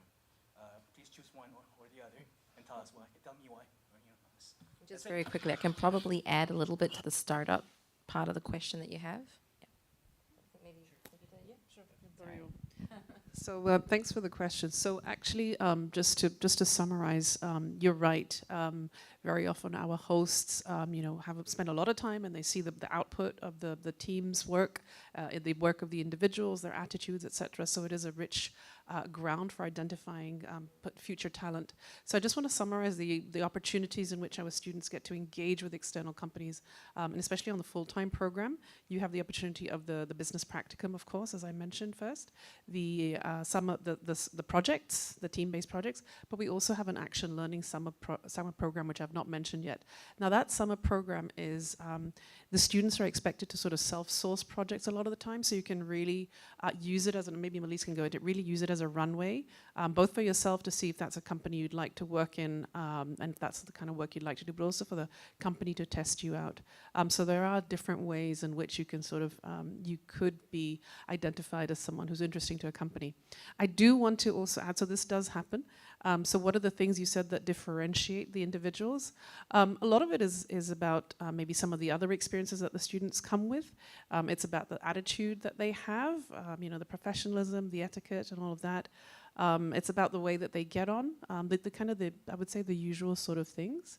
But I do also want to add another side, which is we do often have instances where companies offer our students positions, but for various reasons, our students actually turn around and say, no, thank you. And that happens quite a bit as well. And it could be because it's not in line with the student's career aspirations potentially. So you can imagine if somebody maybe wants to work for a McKinsey or a BCG or whatever, and they're offered a great opportunity at some of the other companies they might be doing a project with, may not be exactly what they're after. So it kind of goes both ways, actually. Can I interject a little bit? Do you think the building connections mattered when they were there? Do you think that's a huge component of that? I think it's really, really important because then they get to see so the bigger, the better, the more well-rounded a picture they have of you, I think they get to know you better and the greater their level of assurance, so absolutely important. But let's say if you're not you don't feel you're good at networking or all of that, this is actually a very natural ground for you to get to know them because typically they'd invite you while you're doing your action learning project, so it's immersive. They will typically take you out for lunch or they'll maybe have a dinner, and so it's a very natural way for you to get to know them. It's not like it's one of those, networking session where sometimes people feel a little bit apprehensive about just, having to push themselves to make the move to talk to people because that's why they're there. Yeah. Maybe just to add to Sangeeta, which overlaps a little bit in the question you have with Matthias, and if I remember your two-part question correctly, but here at CDO, one of the big things that we emphasize on, and we do work on developing the skills, but the opportunities with our students is networking, as you pointed out, right? And it's not just about networking, for transactional reasons and looking for a job, but it's really building connections. I think we want to change that narrative a little bit, because you never know who you're going to meet out there. That could be, and yeah, they could be a potential hiring manager, but at the same time, they could be a potential partner if it is you want to go down the entrepreneurship track, or they could be a client one day, right? You never know who you may meet. So part of the work that we do at CDO for our students is also creating those opportunities for you to expand your network, not just here in Malaysia, but even in other markets as well. So I don't remember if we mentioned it, but we just came out of the back of what we call the Global Experience Track. So similar to what Matthias was saying with these tracks, our EMBA and MBA students just got back from Dubai and Abu Dhabi a week ago, and we call it the Global Experience Track. And the idea behind that is a fewfold. Number one is to learn about the landscape.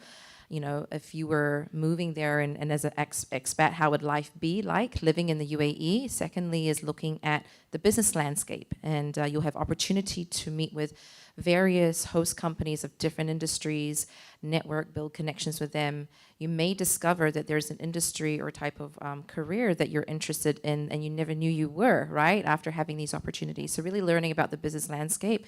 Could you see yourself living there? Could you see yourself doing business there? And if not, you would have built connections, because you never know where you may need to reconnect to the UAE one day, right, in some shape or form, whatever pathway you take. Now, at the same time, we recognize that there is a pattern of students that are coming into the MBA program, and it's no longer just coming in, coming out, and just doing consulting or just going into investment banking anymore, right? I think sustainability, renewable energy, that's a really big industry a lot of students want to get into, this ESG space. But also we have entrepreneurs. So people coming in, pivoting from a corporate career, wanting to go down the entrepreneurship pathway in some form or fashion. So one of the things that we are integrating into the CDO program, so as I mentioned, we have coaches come in to do case prep for those who want to go do the consulting path. We're going to do the same for those who want to go down the entrepreneurship path. So really it's about going through the early stages. So it could be pre-idea even, right? But if you have this itch that you want to scratch, like, do I want to take that pathway? Very early on in term one, we're going to have a series of classes that's going to help you to perhaps have more clarity if that's what you want to do. And if that's what you'd like to explore, then we would plan a strategic pathway, term 2, term 3, where maybe there's an idea you want to work on. We collaborate with the Innovation Entrepreneurship Center here to help support you in that through perhaps an incubator of some sort. You will have startup mentors as well to guide you through that process. And you can decide to do your Action Learning Summer Program rather than in a corporate. You can decide to actually use that time to start your business or validate your idea, for example, right? And then maybe post-MBA you can start to think about going to market, for example. So that is a pathway that we do support as well in CDO. Yeah. It's a tough question. So to me, the MBA is really about sort of general management. So the main thing I feel like in sort of terms of sort of what would be termed sharp skills in ASB lingo, I'm sure.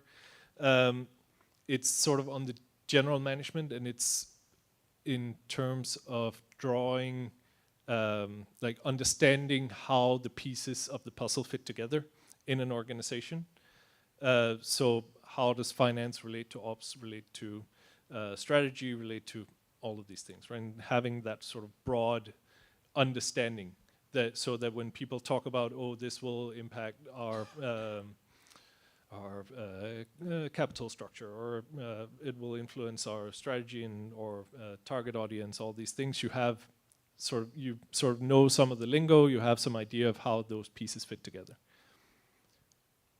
I think that's hugely important in a big organization, especially as you move up the ladder, to understand how your function fits together with the others, right? So so that's a big part of where I sit now, is sort of help to bring the pieces together. So I do think in a big organization, if you are sort of getting up in the ranks, it basically becomes mandatory to have some form. Not necessarily that you need to go and do it full time, but there are some of those pieces that become essential. I do think that's where I'm going to hedge a little bit on your question anyway, is that a lot of that also applies to startups, right?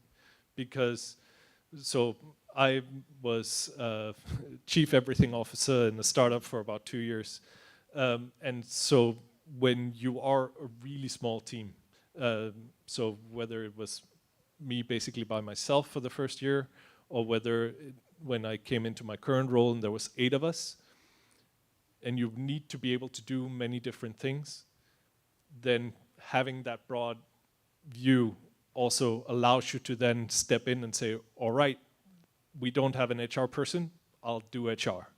And then take it from there, and that sort of comes back to the sort of the confidence in stepping into a new role as well that I think you build here in a different way than I'd experienced before. So I do think you get kind of both. I would say for, at least for my batch, a lot of the student body was more entrepreneurial. I think part of that was also you had to be a little bit crazy to go to a school where no one had graduated from and the buildings weren't done yet. So I think maybe that was part of that. I'm not sure exactly what the profile has looked like in the later years, but we had a lot of interest in entrepreneurship from my classmates, and so that sort of also became a lot of the sort of non-classroom discussions were on entrepreneurship, and so I then also kind of got the interest in the sort of the spark to try that path, but I do think that the skills you develop are very important in big organizations as well. Well, thank you, and I just got reminded that it's time. One more question. Someone had a question. Okay. Do we have time or no? What? Okay, just you're the last question. Thank you. Well, thank you so much. I just have a really quick question. I come from a nonprofit background, and I've always, my motivation to enter an MBA is to develop a social enterprise. But my fear is not being able to fit in with the rest of the cohort that might have different motivations than I do. So I guess within your MBA program, is there a lot of I guess are there a lot of touches on social entrepreneurship or social elements of business, the more human side, I guess. Okay, so I can answer that, and then I'll ask Matthias to answer that. So what we find is because we bring in people from all different backgrounds, that one background doesn't dominate. So I would say that everybody's sort of feeling the same way. Will other people have the same interest as I? And then collectively, you all form similar interests, and you work on different topics. So I don't think that that's a hindrance at all. I think it's an asset. Matthias, no? Yeah, so to me, one of the strengths of, at least, again, I can mostly speak to my batch, was sort of the diversity of viewpoints, so you get really, really meaty discussions out of that. So yes, we had people exactly like you came from sort of either NGO or social enterprise background and wanted to go back into that. But we also had people who were like really like the Goldman Sachses and the AB InBevs and like the as far to the other side of that spectrum, social enterprise spectrum you can get, right? But I think having those, like better understanding what makes those people tick and what drives their worldview and their decision making, I think is hugely beneficial also from a social enterprise, because at the end of the day, to do your whatever social impact that you're looking at specifically, you need to get some of these guys to give you money one way or another, right? And so figuring out what makes them tick, how do you put your value proposition to them in language they understand, is hugely valuable also for social enterprise. Thank you, I appreciate it. And thank you all for your time, and thank you guys. And if you have questions, we'll be around afterwards. Thanks.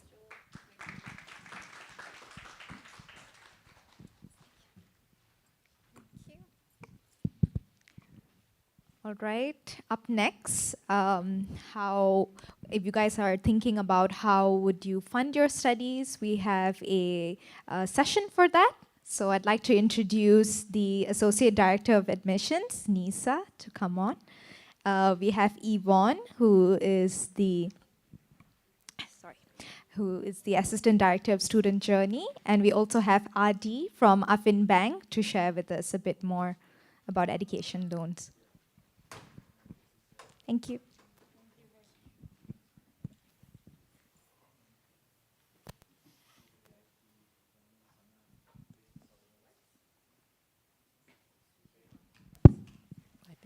Testing. Yep.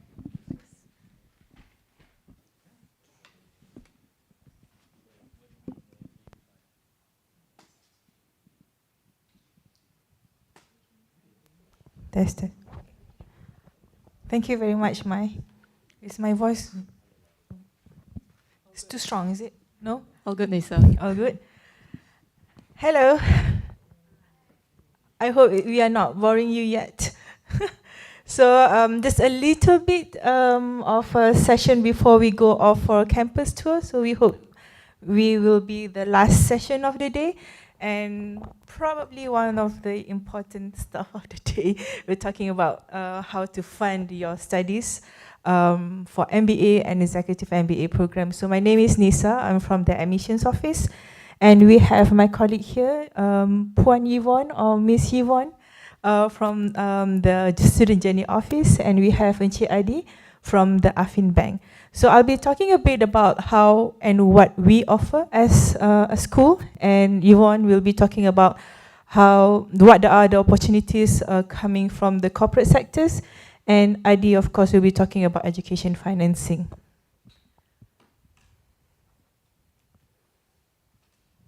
Right. So first, let's talk about scholarships. For now, we are in the cycle of accepting application for MBA intake 2025 and also EMBA intake January 2025. So I'm not too sure, can I have a show of hands here if you are thinking about doing MBA, full-time MBA? 1, 2, 3, 3. Okay, and the rest is EMBA or undecided? EMBA. All right, so okay. So EMBA, meaning that your deadline, the next deadline is on the 30th of October. That will be a deadline for round 3, and we do have another deadline which is round 4. But preferably that you apply before deadline round 3, because at least you can get your decision earlier. Your semester will start exactly on the 6th of January. That's for Executive MBA. And if you have your decision early, at least you can do whatever it takes for you to settle your personal life before you can mentally prepare for your journey in EMBA starting January next year. So you start your year with a bang. Yeah, so that's for Executive MBA. For MBA, the deadline for round 1 is actually end of the year, December 2024. But we have started receiving a lot of applications now, and it is still in the process batch. We might come up with a few decisions even before the end of round 1, but we will basically process as and when the application comes. So that's that. So talking about scholarship, we do have 2 opportunities of scholarships for local Malaysian. This is for MBA full-time. One is from YTL and one is from Public Bank. And this is only for full-time MBA. We're talking about intake 2025. This is open for Malaysian, and there is no separate application needed. All you have to do is, in your online application, there is one section talking about funding, and you will be asked whether you require funding from ASB. Click yes, and then you will be required to submit an essay. So this is where you pretty much apply for the scholarship and show us why you deserve to be given the scholarship. So that's scholarship. Next one, we have merit-based fellowship. This is open for both international and Malaysian. This is not need-based financial assistance. This is more like a merit-based financial assistance of discounts. When you submit application, is the same concept where you apply for scholarship, where at the portion of funding, you mentioned that you require financial assistance from ASB, and this is where you submit your essay. And again, there's no separate application. We streamline the process altogether. So you apply for fellowship together with your admissions application. Yeah, okay. For MBA, we encourage you to apply early within round 1 and round 2. So because it's basically when you apply in round 1, then you have a better chance to have a higher fellowship in that sense. Any questions so far? No? Yeah, so I'm going to pass on to Yvonne. Thank you very much, Nisa. Hi, everybody. Thank you for making the time today. I believe I've met some of you, and I'm more keen to meet more of you later after the session. So today I'll be talking to you about corporate sponsorships. May I see a show of hand if you're currently employed? One. Wow, that's quite a... All right, good to know, because regardless, MBA, EMBA, it's 100% HRDC claimable. And this is, of course, right? Yeah, up to 100%. We are contracted to say that. Yes, absolutely. And this is, of course, subject to HRDC's approval, but this would actually be from your employer's side of things, right? So they actually have to apply for a grant with HRDC before they can actually fund your studies. And of course, on your end, what does that mean for you? There would be certain agreements that your employer will have between employer and employee, you know, the period of bond, for example, the coverage and stuff like that. So to summarize all of that, it would be best if you are considering corporate sponsorship to actually speak to your boss, right, about your intention to join a program, and of course, if there is support, because I believe the previous panel mentioned there's a lot of time commitment, right, in the program. Yeah, thanks.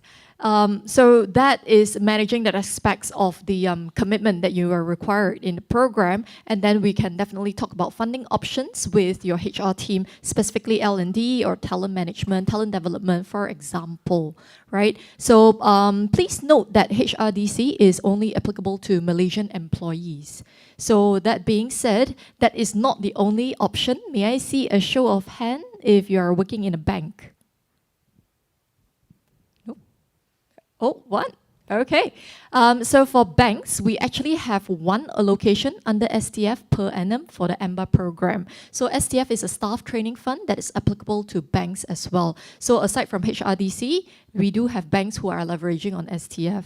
So I believe today, mainly, we are actually individual applicants from the audience here. So what my task would be is to connect with each and every one of you, see what are your plans in terms of joining the MBA full-time, the EMBA program, for example, you know, what are your career progressions after this, right? What do you plan to do? And, you know, give you more details about the programs if there is a need. I think we have a great info session today on the program already, but please feel free to let me know. And basically, in our session, separately, I will walk you through a deck that I usually present to employers, the management level, or HR, and also at info sessions where I go to companies and actually share with employees about the program. Because what we are doing today is a bottom-up approach where we have individual interests, and I am actually on your team to help you convince your employers and your HR and your bosses. And I also do top-down approach. So if you want to share with me the company that you're engaging with, perhaps we could look at ways that we could tag team to actually connect with your superiors and the HR team as well. So I do both, and I will pass on over to Afin and take any questions after this. Thank you. Okay, thank you very much. So first of all, I will introduce myself first. My name is Adi. You can call me Adi. I'm with my colleague, Encik Hakim. Okay, we come from Education Financing Department from Afin Bank. Our office will be in PJSS 14. You may come to our office if you want to know more after this. And our HQ is in TRX. Okay, so for today, I will tell to you guys about education financing that we offer from Afin Bank. Okay.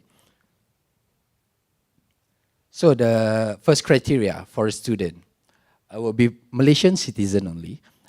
from age 18 to 45, and then it can applicable to new intake for new intake student, or maybe for existing student. So as long as you didn't finish your study yet, you can still eligible to apply. Okay, and it's also applicable for part-time or full-time student. So it will be applicable for MBA and EMBA. Okay, and then part-time student, the good thing is for part-time student, which is EMBA, you can use your own income to apply with. So for other students, like full-time, if you can prove that you have income during study, then you can eligible to apply. Okay. If not, you can choose a joint applicant. Then below there is a criteria for joint applicant or co-applicant. Okay. For the criteria will be to become the joint applicant for you. The criteria will be 21 years old and above. And then if you have one joint applicant, the criteria will be the income need to be more than 5,000 per month. If not, you can like appoint 2 joint applicant. Minimum would be 3,000 per month each of them. Okay, that's the only criteria if you want to apply with this education financing. Okay, so this loan, this type of financing is a progressive installment. So if you're familiar with the mortgage or a housing loan, it works like that. So during study, there's a progressive payment, meaning that you need to pay for the interest only. So the installment will start 6 months after you finish study. So not during study, but there's a progressive interest that you need to serve lah. Okay. And then the financing amount will be from 5,000 to 400K. And then for if you, there's a, depend on the courses, that's all the courses will be around 400K. But if you, maybe for other people who enroll for medical engineering and also pilot, we finance up until 600K. Okay? And then the margin of finance will be 90%. We cannot finance full. So it will be 90% from the total cost. Okay? And then the one is insurance coverage. We cover around 5%. If more than 5%, you need to cover up for yourself lah. Okay? And then the loan tenure will be 5 to 20 years. The grace period, which is how long after you finish study, there's a period that bank gives to you for you to look for a job before you serve the installment monthly. Okay, bank will give you around six months. And then there's no locking period. There's no penalty on early settlement. You can make a full settlement anytime. There's no penalty on it. Okay, once you finish your study, once you serve the installment, then you can make a full settlement anytime. Okay, and there's below there is a profit rate. It range from 7.65 to 8% for the normal courses. And then under Muhibah campaign right now, under Muhibah campaign will be from 6.65 to 7.1%. Okay. This is the payment table, the example. That one for, I get it from MBA, is it? It's around, total will be 135. That one is 90% from the total cost. Then that's how we pay to the university. We didn't pay lump sum, we'll pay by semester. Okay? Maybe by semester, we pay, depend on the invoice from the university. When university send us the invoice, we pay directly based on the instruction from the invoice. Okay? Once the payment will be made, around 45K, you just need to pay 291 ringgit per month to the bank.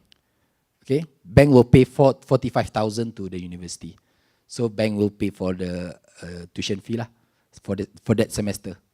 Then up goes for the second semester and third semester. That one is for MBA, and below there is for EMBA. Same how it works. You just pay for the progressive interest, and then bank will pay to the university on the semester basis. Okay. And then this one is a full installment table. This one is after 6 months after you finish study. Okay. The upstairs is for MBA. Below will be EMBA. If you choose for 5 years, your monthly will be around 2,700. If you choose for 10 years, your monthly will be around 1,600. And if you choose 15, 1,200. And if you choose 20 years, will be 1,100. That one will be different, depend on your tenure. Okay, but regardless, you can make full settlement anytime. So if you choose that 20 years, maybe you can pay around 1,100. But then if you want to make a full settlement within like 2 years or 3 years, there's no penalty. You just pay the balance of principal. That's it. So that's quite lenient from bank lah. Okay, and then this is some of the criteria. Disbursement is only made directly to the institute. Okay, and disbursement is on staggered basis, and also depend on the university. If university come out with the invoice that required to pay all of it, then we just follow the university request. Okay, and then that one is takaful coverage. So for takaful, we will cover both. For main applicant, we call student as a main applicant, and also for the joint applicant. We will cover both during study, and after study, we only cover for main applicant only. Okay? And then for insurance, we just cover, insurance only cover for death and total permanent disability only. Okay, this is the income document that required. It's quite straightforward. Okay, for the salary, just provide us the payslip, 3-month payslip, 3-month bank statement, and EPF statement. This one is either from, if the student have income themselves, just provide the same thing. If not, if it come from the joint applicant, for that joint applicant, just provide the same thing. Okay? And then for the self-employed, we also finance for the self-employed. Just provide SSM, 6-month bank statement, B form declaration, and LHDN payment receipt. And commission earner, and also the rental income.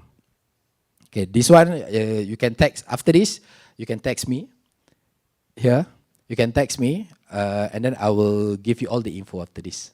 Okay, our table will be outside. If you want to have more info, you can come to me lah. Okay, thank you very much. Thank you so much. Before we start our discussion here, is there any question on things that we presented earlier? Any? Yep. No? Okay. I have one question to Adi. Basically, let's say for someone who already have a full one lump sum, 150K. So do you think it's advisable to pay directly to the school, or is there any perks of going through applying for a loan with Afin and perhaps put 150K to fixed deposit? I don't know. Is there any? That one depend on the individual itself. If maybe if he or she want to directly pay to the university, I think that will be better because there's no. It's quite direct, like it's quite clean. There's no interest from you need to pay to the bank. But then if you want, like there's 150K and then you want to invest first or hold on to something else first, and then just pay for the interest during study, and then you can bring out back and then make a full settlement after that. Also can. That one is also preferable. Has anyone come to you with that kind of solution? Yeah, because they like prefer to roll up the amount that they have and then make a loan first, and then right after they finish study, maybe like 2 or 3 years, maybe they have separate income and then make a full settlement to just settle the loan. Right. So because from us, there's no penalty if you want make a full settlement anytime. Right. Okay. Yvonne, so question is, when it comes to corporates, right? Like say for example, I am an individual applicant, and then I've gotten my offer, and then suddenly there is, in a way, opportunity for me to approach my company to fund my studies instead of me paying myself. How is the process? Do I email directly to you, contact you, or do I go through my HR first? That's the first question. And the second question is, you mentioned about STF just now. So how do I go about applying for the STF? Thank you, Nisa. So when you actually fill out your application to join the program, there is actually a tick box for you to actually request for a corporate consultation. So then I automatically get notified via email, and then I will reach out to your email address to schedule a virtual meeting, or we can meet on campus to discuss about your current standing in your employment with your employer. So what does that mean? Means that I will actually get to understand your current position first before we actually tag team and see that if we could actually speak to your boss or your HR about it. I believe that's the first part of the question. So typically, that would actually garner, I guess, more success rate because you already understand the program, you already understand the structure and everything, the value proposition, and you can feel free to share that directly with your employers. You might not need me. Or if you feel like I could bring in some value in the discussion, then you can feel free to connect me to your HR as well. And for the second part of the question, it's also not restricted just to STF. So HRDC and STF, these are only applicable through your HR team. Individual applicants, employees, you don't have access to actually use those funds.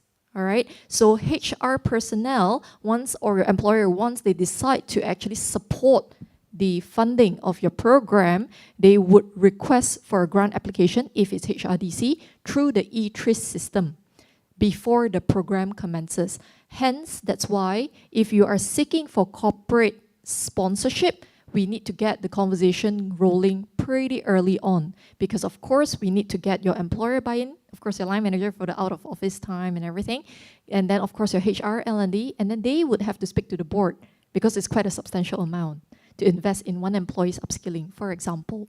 So of course, when we actually go all that way, end of the process, HR personnel will actually access HRDC's e-TRIS system where they apply for a grant, and then when the grant is approved, and I will see through that process as well, and when the grant is approved, they will pay ASB and then claim it back from HRDC. So that's HRDC. All right, it's under the SBL scheme where it's pay and claim instead of SBL HAS, which is more catered towards short courses. That's the difference. So I don't want to go into too much HR terminology, but that's HRDC, just for FYI. All right, so if you're confident to approach your HR boss, feel free to do so. If you need me to weigh in, I can also do that for you. And for STF, actually, that is only applicable to banks, as I mentioned, and only for the EMBA program, not the MBA. And we only have one seat allocated per intake. So that is a little bit different. You have to be an associate member of AICB, just across the street, Asian Institute of Chartered Bankers. The company has to be correct. Yeah, not individual. Not the individual. Right? Okay, correct. The company has to be. Yep. Okay. Thank you so much. I guess that's it from us. Is there any question from the floor? Yes, go ahead. I do have a question. I don't know whether this is working. But regarding a HRDC, right, is there a cap to the claimable amount? Because I want to bring this discussion with my line manager, so I'd like to get more information about this. Sure. Great question. So like Nisa rightly pointed out, apologies, it's up to 100% HRDC claimable. So if, let's say, you are looking at EMBA, which costs 180,000, right? You can actually get your HR to apply for a grant that's 180,000, but we do that by semester basis. So we actually cut it across 4 semesters. So it's 45, 45, 45, 45, for example. And then when a grant is approved by HRDC, they pay ASB and then they claim it back. So that's definitely open. Did I miss out any other components? Any further questions? Good. Nothing about bond. Anything about that? Yeah? Anybody? Anybody else? No? I think that's basically it. So we're going to wrap our session and pass back to Mai. Thank you so much. Thank you, everyone. Thank you, everyone.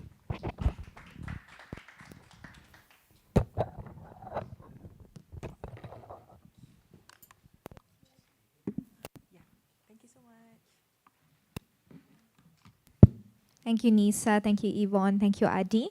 All right, so we've come almost to the end of today's admissions day. We have the application workshop happening right now simultaneously with the campus tour. If any of you would like to go on a campus tour, we have Ramli from the admissions team who will be heading the tour. So that is happening in a bit. He will gather you guys outside. And for those who are interested in the application workshop, can I just get a show of hands? All right, have 2 of you, 3. All right, so that will be happening in our admissions office. Yeah, we can have it here as well. So you can stay on. And for those who would like to go on the campus tour, we can head out as well. Okay. Anand, I'm sure you know the campus very well already. All right, thank you so much, everyone, for your time. Yeah. We're going for the campus tour. You can please join Ramli outside. Thank you.